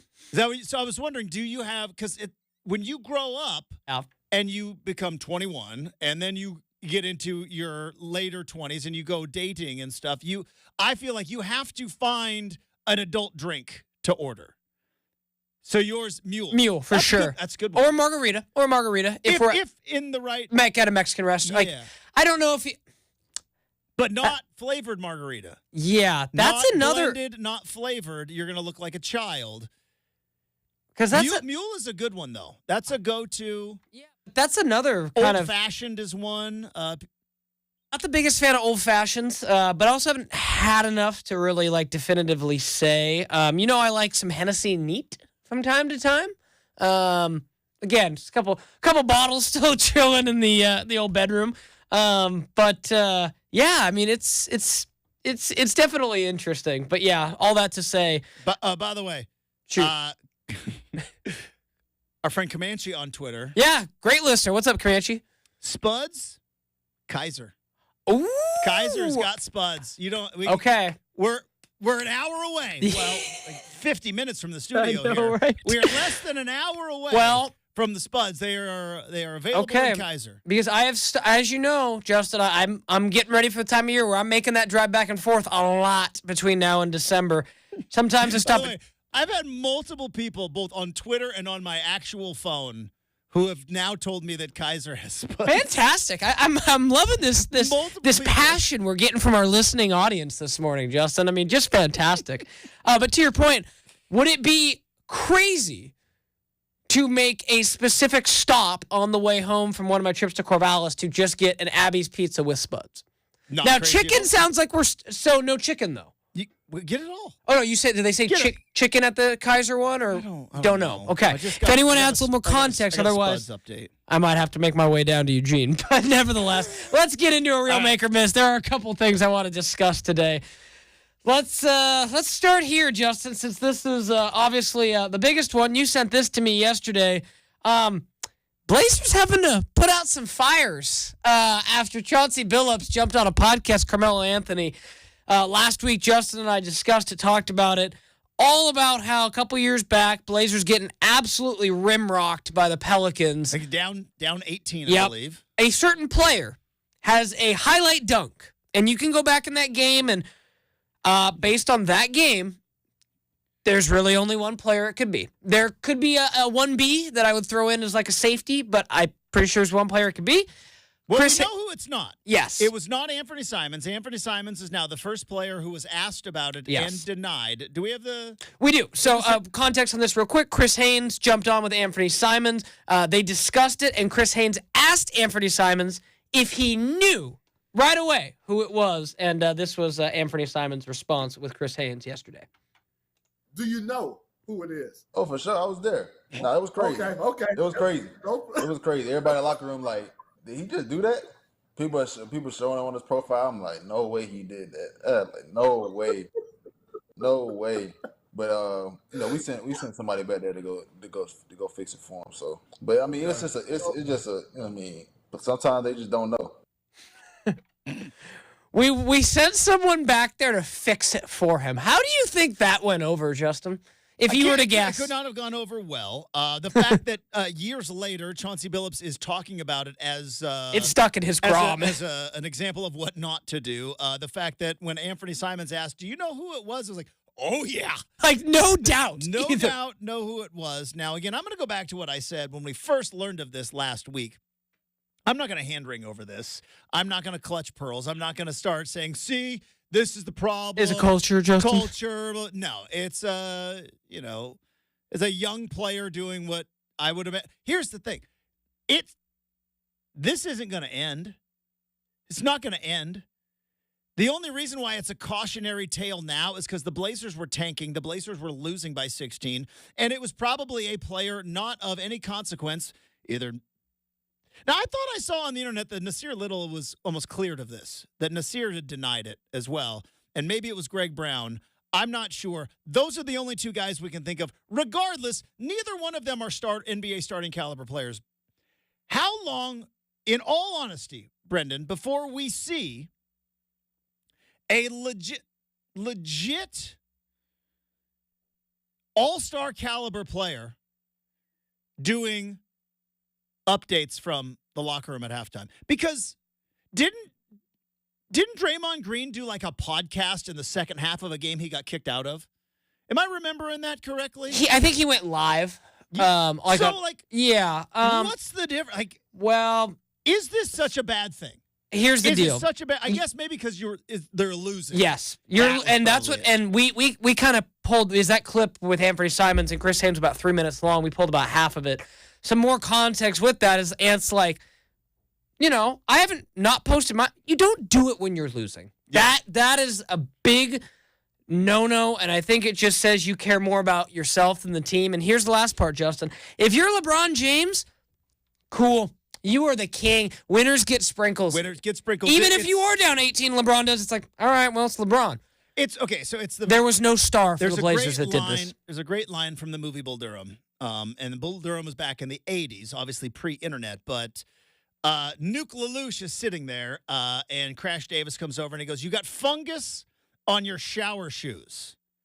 It's like, you win 20 games in the show, you can grow all the fungus on the shower shoes you want, and the press will call you colorful. Till you win 20 in the show, it means you're a slob. Same thing here. You make an all-star team, you can post your dunks at halftime, and everybody's going to say, oh, that's kind of, what a character. Anthony Edwards. I don't know why I think of Anthony Edwards, but he's the first player I think who would actually do this. I think Ja Morant, like that generation, that younger crew, if they start posting dunks and highlights at halftime, we would look at Anthony Edwards or Ja Morant, who are all-star caliber players, and be like, what characters? Boy, aren't they just a kick in the pants? But when you are a bench warmer on a tanking team, you become a cautionary tale. And I just it's exactly what you said. It's why we say winners get sprinkles on this show. There are different rules for winners. There are different rules for stars. Welcome to the world. And if you are at best a rotation player, at worst a bench warmer, you on a tanking team, you better not be posting dunks at halftime. Yeah, and I think this is just so much of all that, and it goes so much bigger because, I like to think that Justin has helped over the last, 4 years, 4 years? I can't remember. 3 years together? 3 years and some change? 3.5. Yeah, 3 and some change. Started in February. I'd like to think that he's taught me a thing or two, and one of the things have gotten through that. I know, gotten through this melon of mine. But one of the things that has stuck with me is there were, how do I put this delicately? And this is just the example that comes in my head, but not necessarily the greatest example for this, but just stick with me. When I had thoughts about how, in my eyes, Deshaun Watson was rewarded for very bad behavior. Not incredibly that's vulgar, all you can say since it wasn't despicable behavior. Since it wasn't illegal in the eyes of, just bad, lewd behavior. Well, just leave it at that. And I remember Justin being like, if you are really good at what you do, you will probably get a pass more times than not. Yeah. And whether that's politics, whether that's sports, whether that, and it, like I said, Justin, that might be the best piece of wisdom that you've endeared to me is it don't matter what this person, not entirely 100%, but you'd have to do an awful lot. You know what I mean? There are different rules for different people, and especially in the sports world, your talent dictates your rules. Let's talk Ja Morant. Anybody does did what Ja Morant did, who was not the caliber of Ja Morant, they are out of the league. Not once, but twice. That's what I'm saying. They are out of the league. Kick him off the tour, Doug. Shout out Happy Gilmore. But Ja Morant, well, he can make people money, and he's a bona fide star in the league. That's why he gets to flash a gun on Instagram Live once, be told not to, and then flash a gun again, and he is now out of the league. Or suspended 25 games. If he was a non-starter who did that, out of the league. It's just, that's the reality of reality on reality's terms. Well, and we so Chauncey Billups can tell this cautionary tale of this player, but let me tell you, not that he would. Let me preface this by saying not that he would. If Damian Lillard posted, hey, check out this logo Lillard shot at halftime, we would be laughing about it. We'd be laughing about it. But Dame would never do that. Anfernee Simons said, I don't even like posting after the game when we lose. But when you're a bench warmer and you're on a tanking team and you're solely there to take up minutes, you become a cautionary tale. Yeah, no, it's entirely true. And I think this is going to be a fun little story. Honestly, Justin, Blazer fans needed something like this. Yeah. It's been a really long, just something to laugh sit at. Sit back and laugh and be this tanking has been and rough. This player is 100% not on the team anymore, so it's just fun to laugh. All right. We got, speaking of stuff not to laugh about, Grumpy Old Man Takes, Get Off My Lawn coming up. But before we do that, I do want to tell you about our good friends at Lazy Boy because they are partnering with us for the annual Stuff the Bus school supply drive now through August 19th. Donate a backpack or 10 miscellaneous school supply items at any of the 6 local Lazy Boy locations, including Salem and Eugene, and you will receive up to 25% off your Lazy Boy purchase. Some exclusions do apply. The Salvation Army will then distribute your donations to local families in need. And as always, we thank you for your generosity. All the details, the community page at RipCityRadio.com. Get Off My Lawn next, 620 Rip City Radio.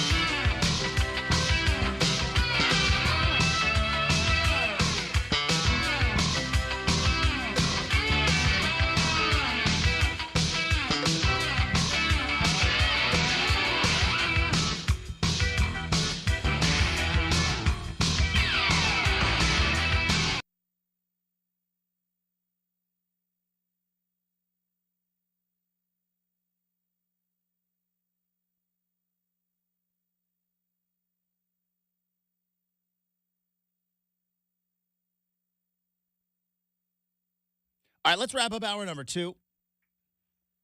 And while it's not as gloomy as it was yesterday, still a little cloudy out there. It's not going to be all that nice today. It's going to be beautiful, I believe, tomorrow and the rest of the week. But nonetheless, each and every Tuesday, we get some negativity off of our chest. Why? Because Tuesday is the grumpiest day of the week, right? We are hunkered down on Monday, prepared for the week. Wednesday, we finally reach the peak of the work week, and then we are headed right into the weekend with Thursday or Friday. That leaves Tuesday, today, where we get a little bit grumpy, a little bit short-tempered, and rather than let that fester, we, in a healthy way, we get that negativity out with a little segment we like to call Get Off My Lawn.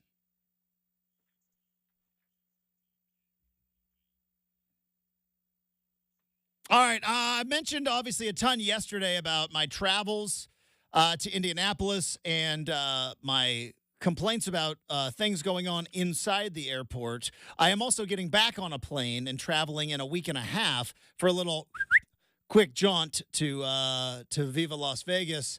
So I'll be back in the airport and back to being a bit grumpy again. So to the markets. Convenience stores is what we call them on the outside, but in the inside, the grab-and-go markets of the airport. Get off my lawn. A couple of things with you guys. All right? I don't know who you think you are, charging the prices that you charge.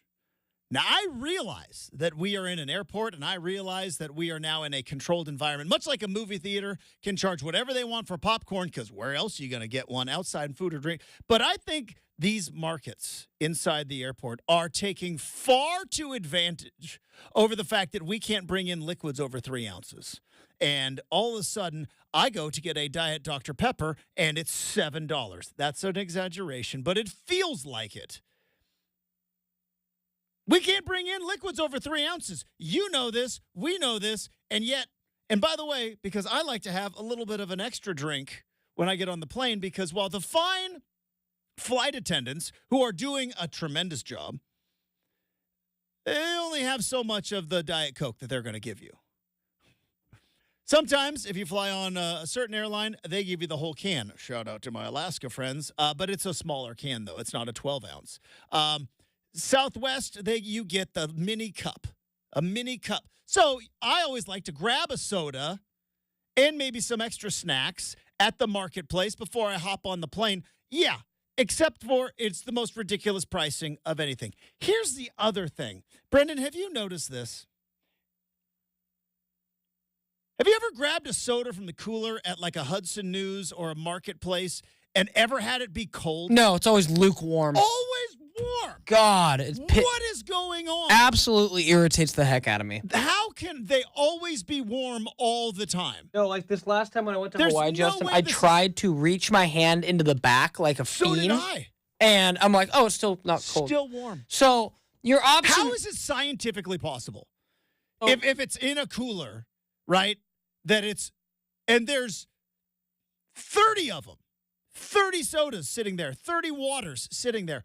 And so I'm assuming 30 people didn't just buy a Diet Dr. Pepper 4 minutes ago. How is it scientifically possible? Right. I mean, It is an anomaly of the earth and science itself that there can't be at least one cold one. Well, and to that point, when I've flown the last couple times, I've got a drink at Hudson News, not opened it, and been like, okay, I can get just a cup of ice on the plane, and then I have more than a little 8-ounce can of soda. Boom. Which is a good way to roll. That's a good way to roll. That being said, too, last time, Justin, I specifically, because I sometimes will eat before I fly, I went to eat at a place that had a fountain drink. So I could get ice. One of the smart. Yeah. So should we have to go to 4 locales to be able to have an icy cold beverage on the plate? No, that's ludicrous. We should not have to.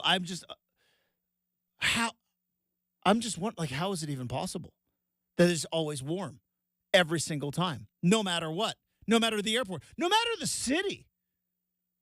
I was in Portland. I was in Denver. I was in Indianapolis. I went to go get a drink at every single one of them. Every single one. Lukewarm. Oh, yeah. No, it's bad. It's a real thing. And okay. So I wonder if it's a Portland thing.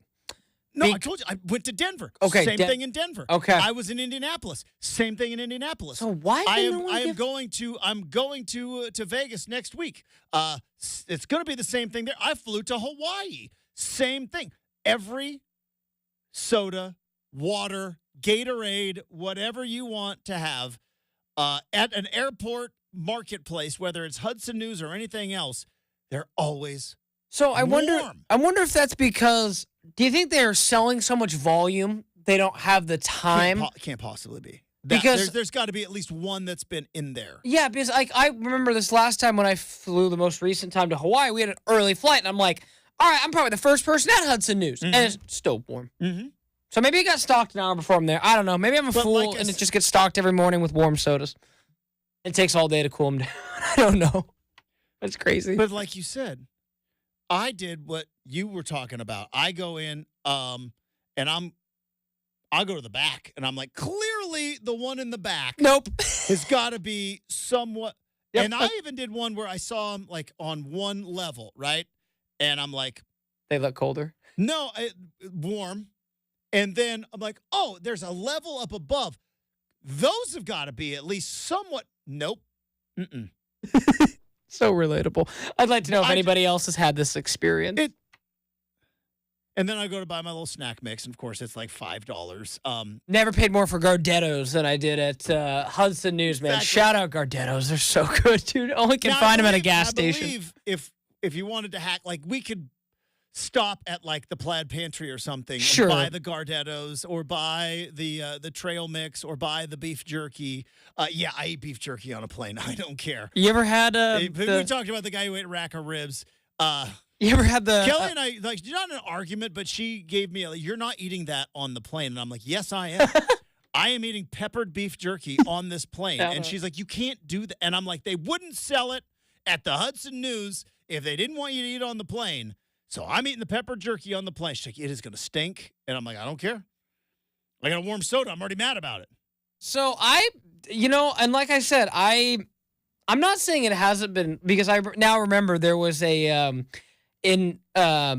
by my Alaska term, and honestly, Justin, you flew out of Honolulu too, right? I did. Yeah, so it's entirely possible our Alaska hub was in the same area. So where my Alaska flight was flying out, they had like a self-service, a grab and go, like Yes. okay, so yeah, see there. Still warm. And yes, I was like, oh, it's a little No. So, dude, who Brenden, wants a warm soda, Justin? I think it's sacrilege. It is the worst thing. In the last month, I have flown Delta, I have flown Hawaiian, I have flown Alaska, and I have flown Southwest, all of which have their own little nooks of multiple airports. And I have been to PDX, I have been to SeaTac, I have been to Honolulu, I have been to Denver International, I have been to Indianapolis. 5 airports. 0 cold sodas. Honestly, like, I don't know how it's possible without, like, just statistically, numbers wise, how there couldn't just be one of them. I'll leave you with this, Justin. They also store like sandwiches and cheese and stuff in there. Like, there's no way that's at a proper temperature. I'm just saying that food safety because you work in the world. There's no way. Challenge it. Yeah, I mean, soda at warm temperature is bad. I haven't had it in a long time, but it's the worst. I think it's the worst thing. I've actually had a beer at warm temperature, and I would prefer a beer at warm temperature than I would soda, Justin. So had a challenge I lost. Had to drink a warm beer. So You lost a warm beer challenge? yeah, we can maybe talk about it on the other side if we want to get into it. It's not like too much of it. All right. Had to do a couple. Coming up next, we have got Devon Pouncey joins us in hour number 3. We have got RCM Mailbag locked and loaded. Coming up next, 620 Rip City Radio.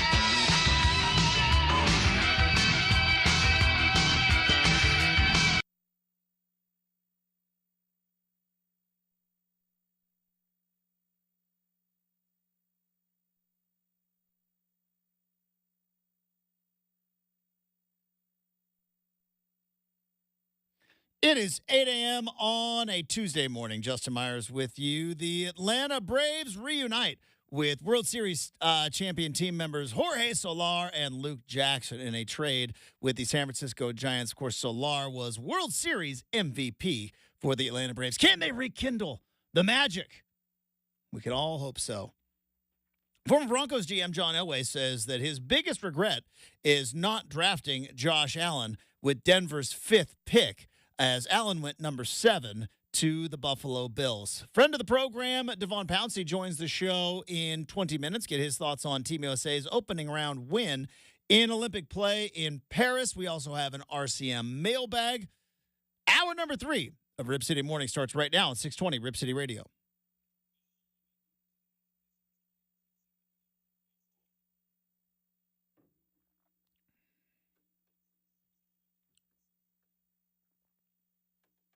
Hey, welcome back to Rip City Mornings, everybody. Hopefully you are having a fantastic Tuesday.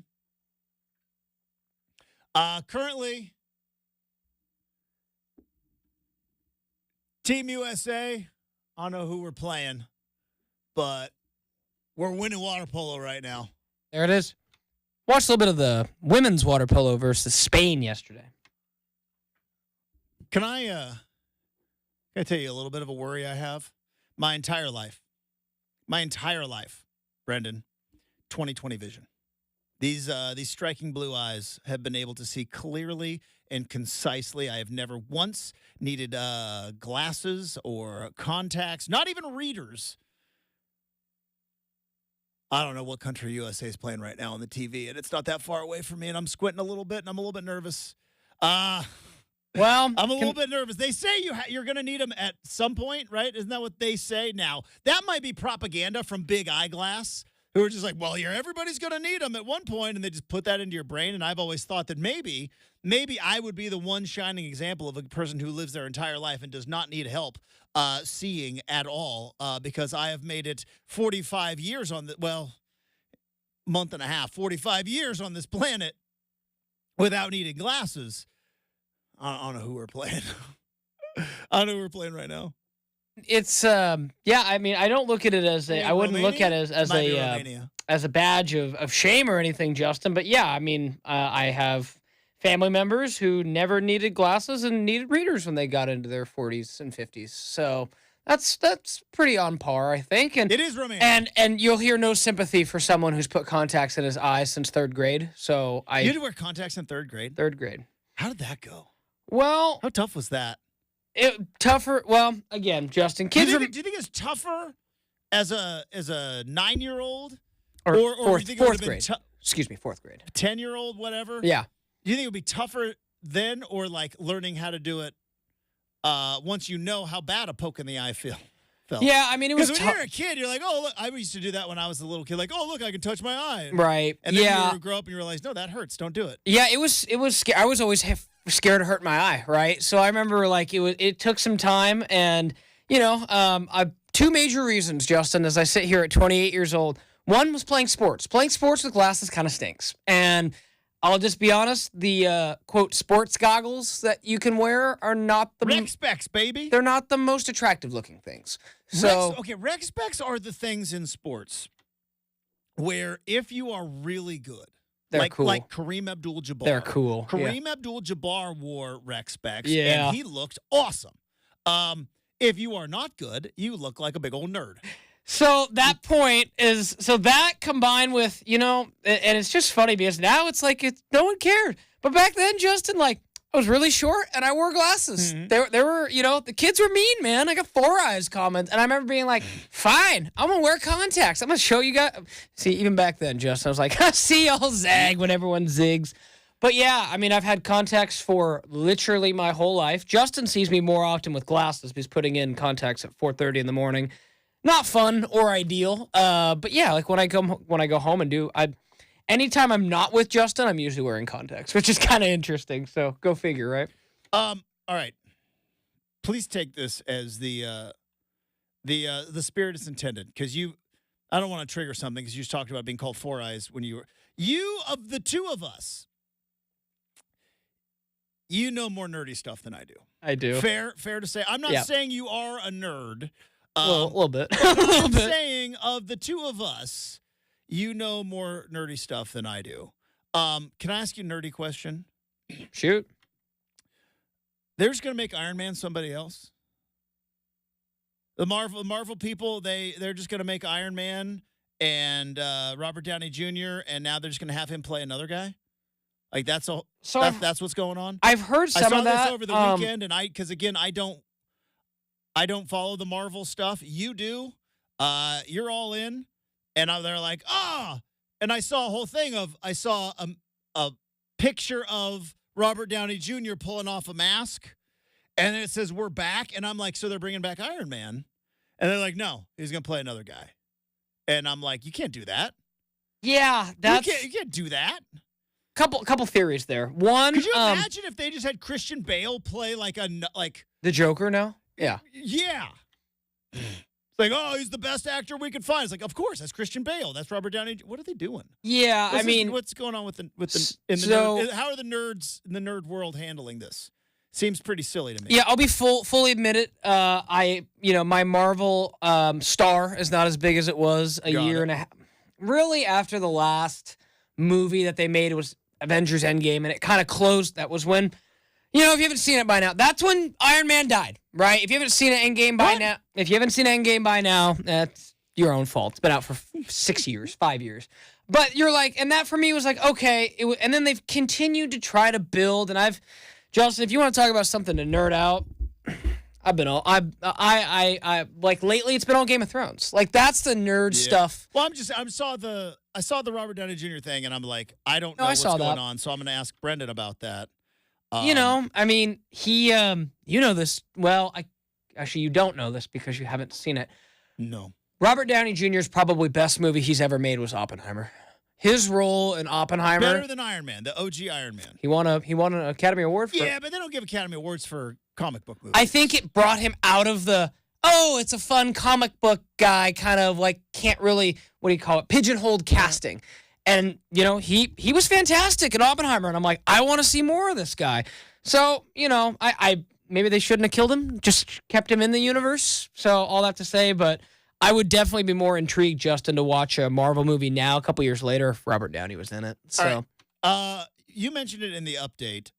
You wrote it. I mentioned it in the update. I did, huh? How about that? You wrote the update. For those that don't know, Brenden writes the updates. When I screw it up, it's because I go rogue. Brenden writes the updates. I just read them like Ron Burgundy does. And John Elway says, not drafting Josh Allen, biggest mistake of his career as a GM. So I went back and I thought, let's take a look at that draft. Because, Josh Allen did go 7th. It wasn't like he was Tom Brady, right? Broncos pick was bad. It wasn't like he was even Russell Wilson, right? Russell Wilson got drafted in the 3rd round and ultimately became is Russell Wilson a Hall of Famer? We've had this discussion. It's tough. If he would have he needs to take retired after that last year in Seattle and said, he would have been. He needs one. He needs a some kind of a swan song. Yeah, it's going to happen this year, baby. Not a Super Bowl, because I'm sorry, Justin, I think that's a little too much. But a playoff run, that would be good. A couple of those. We'll see by February. But yeah, it's not like Bradley Chubb is a bad player, but okay, so who regrets? So Josh Allen went 7th.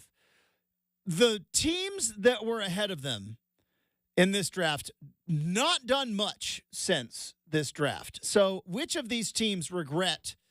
So the Cleveland Browns did draft Baker Mayfield, and then they got to the playoffs with Baker Mayfield, and then they got rid of Baker Mayfield. Kind of did him a little bit dirty as well. They probably would have taken him in hindsight, though.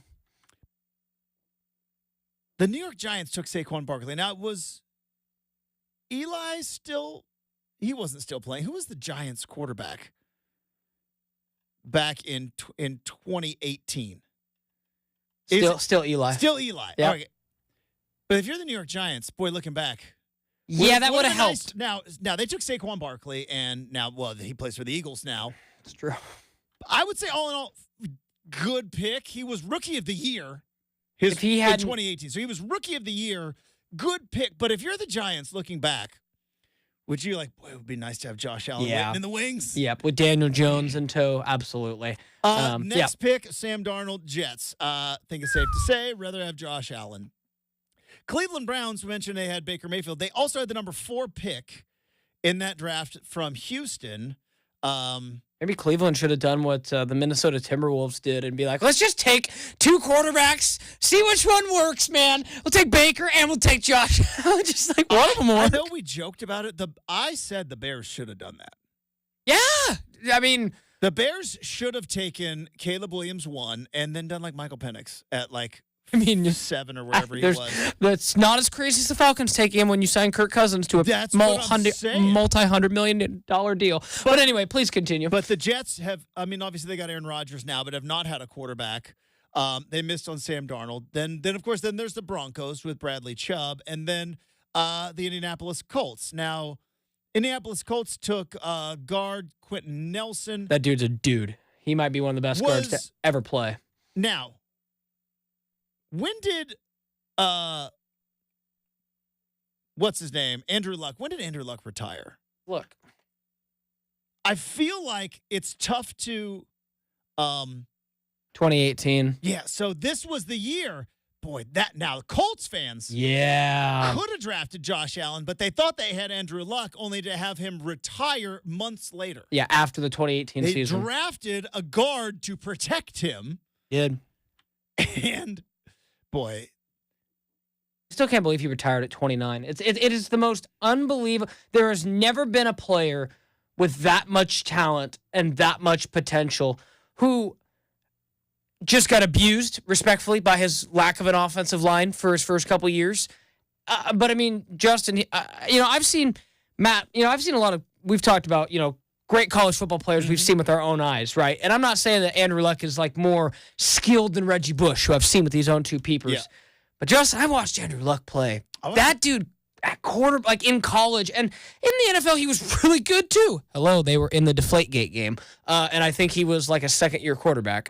But yeah, but it was interesting. You look at the teams ahead of Josh Allen, right? It's Colts. Andrew Luck retires. They have not had a quarterback since, right? What is it? Jacoby Brissett, I think, is who they Gardner had. Minshew. And then now finally.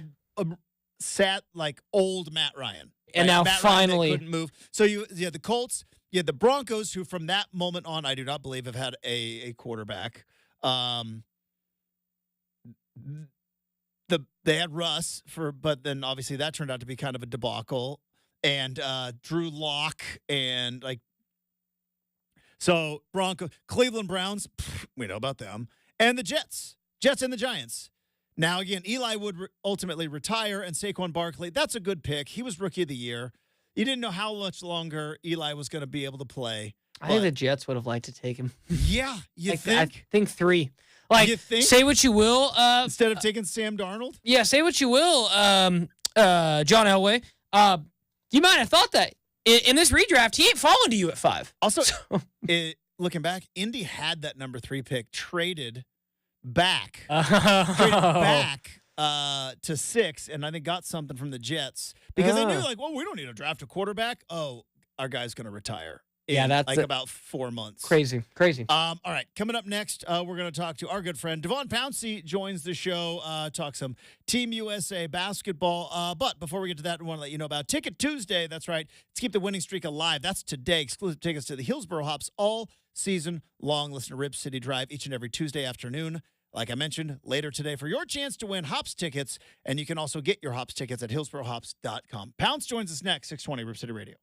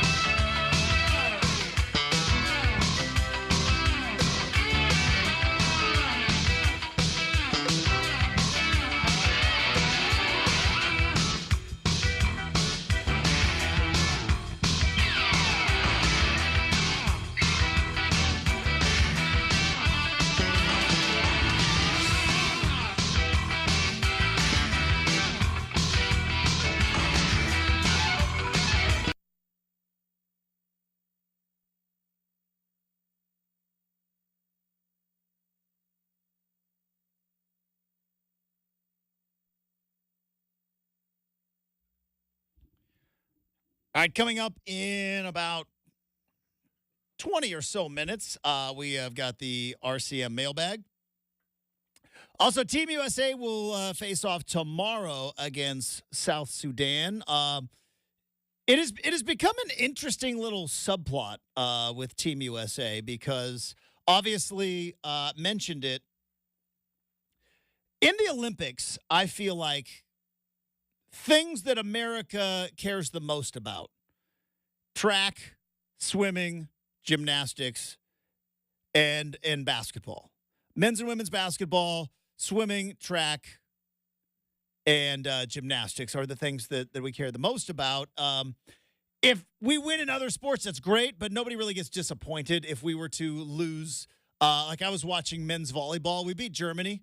Way to go. Take that, Germany. But if we don't win the gold in men's volleyball, I think we're going to be okay. We don't win the gold in basketball, gymnastics, something in swimming, and track and field, then we kind of walk away a bit disappointed. But there's been a subplot going on now with Team USA, which is the rotation. This is some basketball nerds have now infiltrated Team USA because why isn't Jason Tatum playing? Why isn't Tyrese Halliburton playing? And the eyes of the rotation will be on the team as they face South Sudan. Now we bring in our good friend from the Rip City Remix, from Rip City Mornings, from the Wake Up and Win podcast. Devon Pouncey back on the big show. Pounce, how we doing, bud? 1-0, man. America's 1-0. We 1-0. All right, let's start with the good. With Team USA as they took down Jokic in Serbia on Sunday. Even without really practicing, without playing in any pre-Olympic games, looking at his record, Kevin Durant might be the best Olympic Team USA player of all time. Because Kevin Durant gets buckets. Kevin Durant is made for international play, and a guy to basically come in cold, Pounce, and in that first half, absolutely hammer it. Oh, what a performance. Oh, man, it was a beautiful performance. And I talked about it on my podcast a little bit last week and even on your show last week in studio. He's a guy, I mentioned him. You asked me about LeBron James. Is that good for Team USA if LeBron James is the best player on the team? And I said, yeah, because those are guys that know how to impose their will in FIBA play when it comes to why it is that America is dominant during FIBA play. Of course, we've got some of the best players in the world that play on our team, and just on paper, we're better most of the time than our opposing teams are. But at the same time, stylistically, when we athletically impose our will, that's when we're the most dominant. And KD came into that game right away and just did what he does best, and that's be a lethal scorer. That's being an easy money sniper, as he likes to call himself, and he came in right away and wasted no time getting to it. He didn't try to ease into the game or ease into the rotation. He came in right away, and he knew my team needs me to score the way that I know how to score best, and he did it at an ultra-efficient level, going 8 for 9 from the field, 20-plus in that game. It was so impressive to see, and I think that experience that you talk about and why he is the best probably Olympian that we've ever seen, it just oozed out as soon as he touched the floor. And I think he kind of already knew that, being able to get to see how the team kind of played in the exhibition play. They went 5-0, but games were a little bit too close, a little bit too competitive, and he knew how to kind of, make things a lot rougher on the opponents by coming in the game right away and letting that thing fly. And boy, was he hitting. Well, I mean, it is also one thing. I'm not going to make excuses for Team USA because you mentioned it. They've got the most talent. But the one thing that Team USA has to deal with now, and I think this kind of started in '04, as crazy as that sounds, it was 20 years ago, but really you've seen it since these European teams started taking Olympic and international play more and more serious after the Dream Team. Bounce the thing, like, I'm watching France, and, like, I think Batum is on, like, his 4th Olympic team. I was watching Spain. Is it Rudy Fernandez? He's on, like, his 7th. It seems like his 6th Olympic team, I think. 6th Olympic team. And so you get these teams in Spain and France and in Germany, where like these guys play together every couple of years, every offseason, it seems, whereas Team USA puts a whole new team together. And that's, to me, is kind of like Steve Kerr's job, is trying to figure out how to get all of these guys to play together. I was worried about that. Game one, though, did not look to be the case because after a slow start, they really put it on Serbia. Yeah, definitely. And again, I think the key to that is knowing how to win in this competition, because you are playing with less chemistry than most of the teams that you're playing against, who play FIBA ball year round. They know the rules. They play with those rules year round. They play together year round. And then all of a sudden, here comes America with this great wealth of talent. As we both have mentioned, on paper, definitely the most talented team. But at the same time, how are we going to come into this when we have disadvantages in certain areas, like not playing under these FIBA rules consistently, and also just not playing with each other consistently as a team, and we've got all of this A1 talent on the squad? You got to come out and you got to be aggressive. The way that LeBron was aggressive in those exhibition games, and he's decided, you know what they can't do, regardless of chemistry, is stop me from getting downhill and making plays, whether it's finishing around the basket or whether it's attracting 3 or 4 defenders to try to stop me from finishing around the basket and then being a kick to other guys. And we saw him have a near triple-double in that first game, as well. And then, of course, as we've already talked about, KD, and I talked about his way of athletically imposing his will looks different than LeBron, but his way of doing it is being 6'11" and being able to just shoot right over the top of guys over and over, and knowing that there's nothing that they can do about that because I'm KD. You know what I'm saying? And this is what I do best. And I think when players really lean into their strengths on Team USA, and again, a lot of the time that's just imposing their will athletically based on whatever it is that they do best, that's what separates Team USA and has separated Team USA in all of these years from these other teams that have advantages in other areas that may not be talent or may not be athleticism.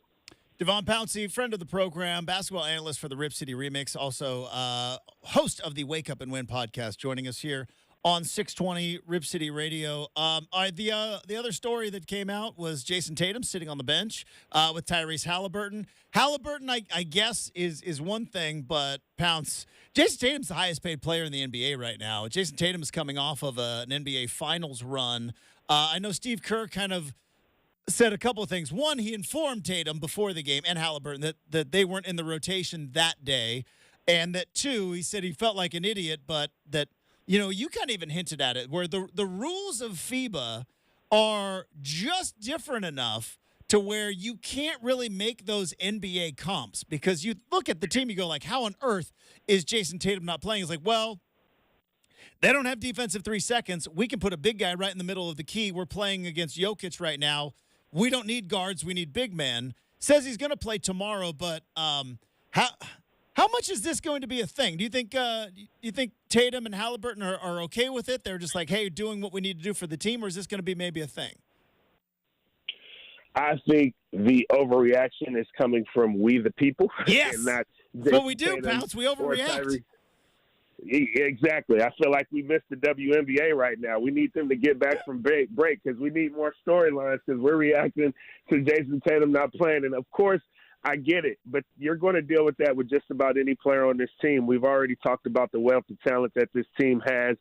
Somebody's not going to play each game. This time around, it happened to be Jason Tatum, in part because of matchups, and then also in part because while he played all right in, the last Olympic Games, in those 5 exhibition games where games were a little bit too close for comfort, he didn't play that well. Yeah. And you know who didn't play during those 5 exhibition games was Kevin Durant. And you know what Kevin Durant did when he got into the game and took advantage of his opportunity? He scored 20 first-half points dang near. So it's sorry, Tatum, this just didn't quite work out for you based on the way that you played in those 5 exhibition games that were way too close for comfort. And then I have a guy named Kevin Durant that's been on the bench that entire time, and as soon as he enters the game, he just starts lighting it up. And then there's also things where, folks are talking about, well, they were up by 26 points. You could have found 1 or 2 minutes for Tatum to play. It's not about having a cushion in that regard of being up and being able to put guys in the game during garbage time, because also what matters beyond obviously winning games and sort of the point system, you get 2 points for a win, 1 point for a loss, is that there's tiers when it comes to tiebreakers as well. And points is one of the things that matters. Points scored and point differential is one of the things that matters if and when, either way you want to put it, we get into a tiebreaker scenario. So it's not one of those things where Kirk could just be emptying the bench game in and game out during what's a 40-minute game and treating these big leads as if they don't matter, because they do when we talk about tiebreakers and point differentials and things that are like. So I had really no problem with Kerr not playing Jason Tatum. I do think Tatum is going to play. But again, sorry, Kevin Durant showed up. Like, that's the guy who took your minutes that you were getting during those exhibition games, and you just didn't quite capitalize for whatever reason that is, to make it to where I have to put you on the floor, especially with as you mentioned, arguably the greatest Olympian ever showing up, and he showed up and showed out. It just kind of happened the way it happened. I mean, it's not comparable, but it is kind of humorous when you think about it, Pounce. If I would have said a couple of months ago, there's going to be 2 Boston Celtics that are going to be playing significant minutes in the Olympics in Paris, we would have all been like, oh, okay, so Jaylen Brown must have been added to the team, and it's going to be Tatum and Brown. And I don't know if we would have picked Drew Holiday and Derek White to be the Boston Celtics that are getting the most minutes. But like you said, it's a positional thing. It is a situational thing. Speaking of positions, now we got to talk about this. Is it time for Joel Embiid to find the bench? Because I don't know how much longer I can watch him play basketball on this team. I don't know. It's bad, right? Am I just being a hater? It's bad, right? He stands out from the rest of this team as a guy that's not playing well. 76ers basketball, I'll tell you that much. He ain't playing like he does with the Sixers. I can assure you that. But again, you know, I also we talked about this last week, and I talked about Anthony Davis, who I think is just more fitting for what America has to do to win right now. When you know, again, I keep talking about imposing our will. Embiid hasn't played for Team USA before because he's finally just became a citizen. So he doesn't really know stylistically in this setting with this group of guys how it is that America wins and dominates games. And again, when you asked me about LeBron last week, I talked about experience. Actually, I advocated for the experience of LeBron James. I advocated for the experience of Kevin Durant, you know, in hopes that he would be back. And fortunately, he is. And we saw how well that worked out for Team USA. I advocated for the experience of Anthony Davis. Even when you talk about the Celtics guys, now Derek White is a different set of circumstances, even though I understood from a strategic aspect why it was that he got minutes over Tatum last game. But that Drew Holiday, man, like, he imposes his will defensively. And you know what I mean? Like, he's arguably the greatest defender in the world. Like, there's certain things that certain guys do, and especially in international competition or in FIBA competition, that just stands out a little bit more than others. And I think with Embiid, he just hasn't really found himself in this FIBA style of play, especially playing for Team USA, where, again, he doesn't have to be the best. Where if he was playing, you know, in a different country, for a different country, or, of course, when he plays for the Philadelphia 76ers, he has to be the best guy on the team. Some guys don't know how to operate as maybe the fourth or fifth option when they're only used to being a number one or a number two option for the entirety of their career. And I think Joel Embiid's got some figuring out to do on how to be a role player, because it ain't quite working out for him so far. It looks so bad. And then Anthony Davis comes in, and never did I think I would be advocating for more Anthony Davis in my life. But here we are, Devon Pouncey joining us on 620 Rip City Radio. Currently, right now in Paris, Team France is taking on Japan. They've got a 5-point lead for Team France. I wanted to bring this up because, Pounce, I watched Team France's opening round game, and I brought up this question. We joked a little bit during the basketball season in Wemby's rookie year that they're kind of playing like that middle school or rec league basketball, just throw it to the tall guy and get out of the way. And I'm watching France play in their opening round game, and wondering, why aren't they doing this? They went for like 4 possession where Wemby got the ball, could not be stopped. Nobody can stop this guy. Yet all of a sudden, and I know there's hierarchy and there's experience and there's other factors at play, but then all of a sudden now they're running it through Batum and they're running it through Gobert. Pounce, I'm watching, and other than against Team USA, there is not a player in this tournament, including, I believe, Nikola Jokic, who is capable of stopping Wembanyama. Why doesn't France just give him the ball every time? A theme of what I've been talking about is imposing your will athletically, and there is no better athlete from when you consider his size and just his sheer athletic ability in the Olympic Games than Victor Wembanyama. And I haven't watched any of this game this morning, but if what you say is true, and I very much so believe that it is, then there's the problem for Team France and why they're only up 5 points against Japan. Again, for America, you got LeBron James, a freak athlete, give it to him. You got Kevin Durant, a sniper that's 6'11", that can shoot over the top of anybody. Feed him and give it to him over and over and over again, and let him go nearly perfect from the field on dang near double-digit shot attempts. Like, you got Wemby on your team, give the guy the ball every over time, and over and over again, because you can't teach 7'5" with skill and athleticism. Feed him. Feed him. Dominate. Don't try to ease other guys in or get other guys going. Like, feed the beast, let him dominate, and then other guys figure out how to play off of that and go out and try to win by your greatest margin, really. But if they stopped feeding Wemby after going off for 4 straight possessions, that's a problem. That's a problem. It boggles my mind. And I guess I'm obviously just a goofball radio host, and these guys, even these international coaches have far more basketball experience than I have. But I'm just like, it was the game on Saturday. They were playing Brazil, and I'm like, there is not one guy on Brazil. There's not one guy in the country of Brazil that is capable of stopping Wembanyama. He should be getting the ball every single time. I think I could say the same thing about Team Japan. Shout out to Hachimura, who I think is their best player. But I'm just like, what on earth are you doing? And, Pounce, I have been very careful because we have seen in years past where, let's say, Evan Fournier, I think 3 years ago for Team France, he looked like he was going to set the NBA on fire when he got into the league. Yeah. Different rules, different league, different bodies. You know what I mean? Right. We mentioned Rudy Fernandez, a guy that looked like, this guy's going to come into the league, set the league on fire. So I'm very hesitant when, looking at international play, but Pounce Wemby looks like he's getting better and better, and I think he's going to be a problem. He's going to be a problem next year in the NBA.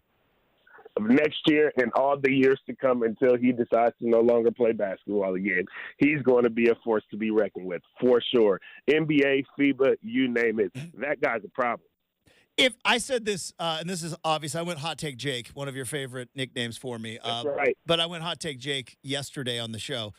If, barring injury, if Wembanyama does not lead the NBA in scoring next year, Popovich should be fired. There's no reason that this guy should not be dropping in 30, 34, 36 points per game next year. Everything in San Antonio should run right through him. Especially after that Chris Paul pickup. And this is the older Chris Paul where he's probably better at assisting the ball than scoring the ball, which wasn't always the case in his career. But I think he's at that point in his career now where he's really got to think the game or mind the game. No pun intended, J.J. Redick and LeBron James. Shout out to y'all Lakers crew. But with Chris Paul in particular, he's obviously always been able to pass the ball at one of the greatest rates we've ever seen in NBA history. But he also used to be able to score it at a really high rate as well. Well, he can't quite do that no more. So go on and feed Wemby. Let him figure it out. Put him in position to score over and over and over again. And so I don't know that I need him to lead the league in scoring. Well, I think he may be capable of doing that, but also considering how much of a defensive force he is, I don't always put that pressure on him or in your case on Popovich to make him have to score the ball at that high of a rate because you want him to be a rim protector and you basically want him to be defensive player of the year. I think that's more likely than maybe him leading the league in scoring, but you do want him to be able to score 25 points per game while also, averaging a double-double and averaging an insane amount of blocks. You can find Devon Pouncey's podcast, Wake Up and Win, where you listen to finer podcasts. And, of course, you can hear him each and every Tuesday on this particular station. And we got the Rip City Remix getting underway again coming up in the fall. Hey, Pounce, thanks for joining us, bud. Have a great rest of your Tuesday. Enjoy the rest of the week. We'll talk to you next week. Likewise. See you there. There you go, Devon Pouncey. Coming up next, RCM Mailbag, 620 Rip City Radio.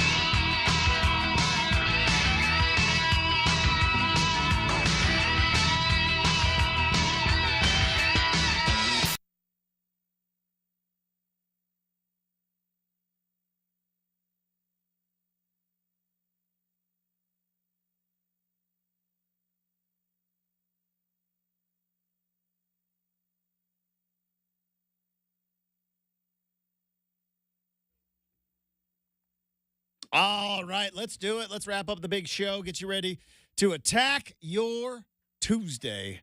However you plan on doing so. We wrap up the big show the same way each and every day. It's called the RCM mailbag. Is there an actual mailbag? You'll never know.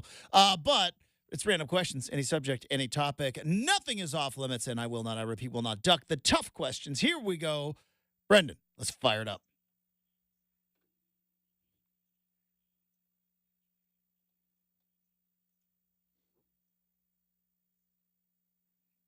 All right, final big mailbag today, Justin. I alluded to this earlier, and something I wanted to talk about because something that happened to me recently.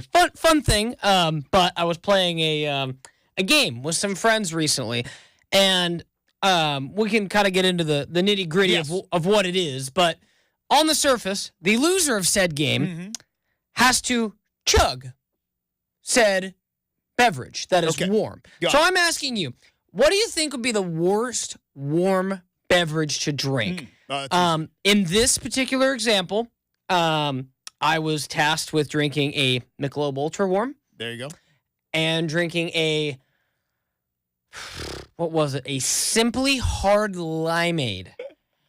Now, when you say warm, you're talking like room temperature, not like the can has been thrown to other people's hands, so it's not only shaken up. Yeah. But, so I'm just, long story short, I think I may have even told you this story. But just long and short, what would be the worst normally cold beverage to drink warm? I've had milk.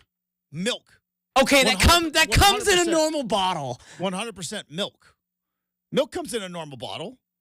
You wanted my answer. It's milk. I think you're cheating the essence of my question a little bit, but I see it. It was the first thing I thought of. Okay. When you said, what would you not want? And it's like milk. Milk was a bad choice. I think any IPA beer would be tough. That's terrible. Yeah, that would IPAs in general are terrible. That'd be really tough at warm. They're not good beers. Like, have yourself a Terry Porter on a 100-degree day when it's just like a Guinness. You can't do it. You ready for this one? Yeah, shoot. Jaeger shot. Bringing back some college memories there, man. Warm Jägermeister. That's a good one. I'm gonna. That is actually a great one. That's a great one because I can pull Jaeger out of the freezer, man. I will go to my first college hangover, Justin. Room temperature orange crush, room temperature Malibu coconut. Yeah, disgusting. Room temperature Malibu coconut because, again, the statue's passed on by now, Justin. You know, maybe a friend of mine kept a bottle in her car because, we were 18. Your kids. We were 18. And I'll never forget, man, that room temperature Malibu. Yeah. And room temperature orange soda. That was gnarly. So I would say that is it's a gnarly drink in general. Yeah, you could put orange soda and Malibu together, and with an ice mountain, it's still not gonna be good. I have not had it since that day in 2014, Justin. So 10 years, and I swore it off ever since. But your teeth hurt when you woke up. You had such a bad headache. Oh my! To this day, it is a. I mean, am I the only one? Because I don't know if this is like a badge of honor, Justin. Like, do you remember your top hangovers? Yeah. So okay, because I've got like a top 5, and I thought it would be crazy. But so we would go at Western Oregon University. Anybody that went to Western Oregon University is going to know. In my era, is going to know exactly what I'm talking about. Go now. Woofs. Let's go Woofs. And we would go to a bar, and the bar was known as Lenore's Ghost. It doesn't exist anymore. R.I.P. to Lenore's Ghost. But Lenore's Ghost on Wednesdays was dollar beer night. This is, fun. 2001, right? And beyond. Dollar beer night at Lenore's Ghost on Wednesdays. It was well known in Monmouth, Oregon. Do not have early classes on Thursday because everybody goes to Lenore's on Wednesdays. It was the place to be. Quick question. Yes. Is there a good chance you were listening to 2001 in 2001? Oh, 100%. I had to ask, man. I know we've canceled him since. I have vague memories. Remix to Ignition was playing a lot back then. Yes. But 2001 was actually, I believe, released in 1999. It was. Yeah, so we that's were why I still had to ask. We were still listening to it, but Remix to That's Ignition awesome. was one of the many songs. A lot of Eminem, anyways. The guy that we don't talk about no more. Yeah, R. Kelly. We don't talk about him anymore. Yeah, But for sure. Remix to Ignition was a banger of a song. Yeah, no, I'm intrigued by But this. I found this out later because you would wake up on Thursday and just your hair hurt. Like, well, I found out later in life that the you never ordered, it wasn't known what beer you were drinking. You just went to the bar and said, I would like $3 beers. And they were like, you can have 2, no more than 2 at a time. But you would go back and get these dollar beers. Yeah. Well, I found out, you want to know why they were dollar beers? It was all the old kegs. Yeah, old kegs. Yep. That they wanted to empty out. And these kegs had far expired because, again, Oh, yeah. this is a dive bar and probably why it doesn't exist anymore. And so you were drinking multiple copious amounts of skunky old beer and the headache you would get. Yeah. From Lenore's Ghost on a Wednesday night, the headache you would have on a Thursday morning is unlike any I've experienced since. Like to your Because I found out from somebody who worked there that, old keg. we just throw the old kegs on there and we'd you buy, Yeah, $50 beers, and we have now emptied out all of our old kegs. Yeah, it's pretty awesome. Like I said, I kind of always track them like, I'm not a degenerate, but I'm like, I got my worst hangover in college, got my worst hangover post-college. Like, they're kind of up on like a wall, Justin. I'm like, okay, now I know not what to do next time. You have to learn, and you learn lessons. They're never a good lesson to learn, but yeah. Dollar Beer Night at Lenore's Ghost, circa 2001. An experience unlike any other. All right, that's going to do it for the big show. Thanks to Devon Pouncey. Thanks to super producer Brenden. Thanks to all of you. Have a terrific Tuesday. We're back at it bright and early here on 620 Rip City Radio.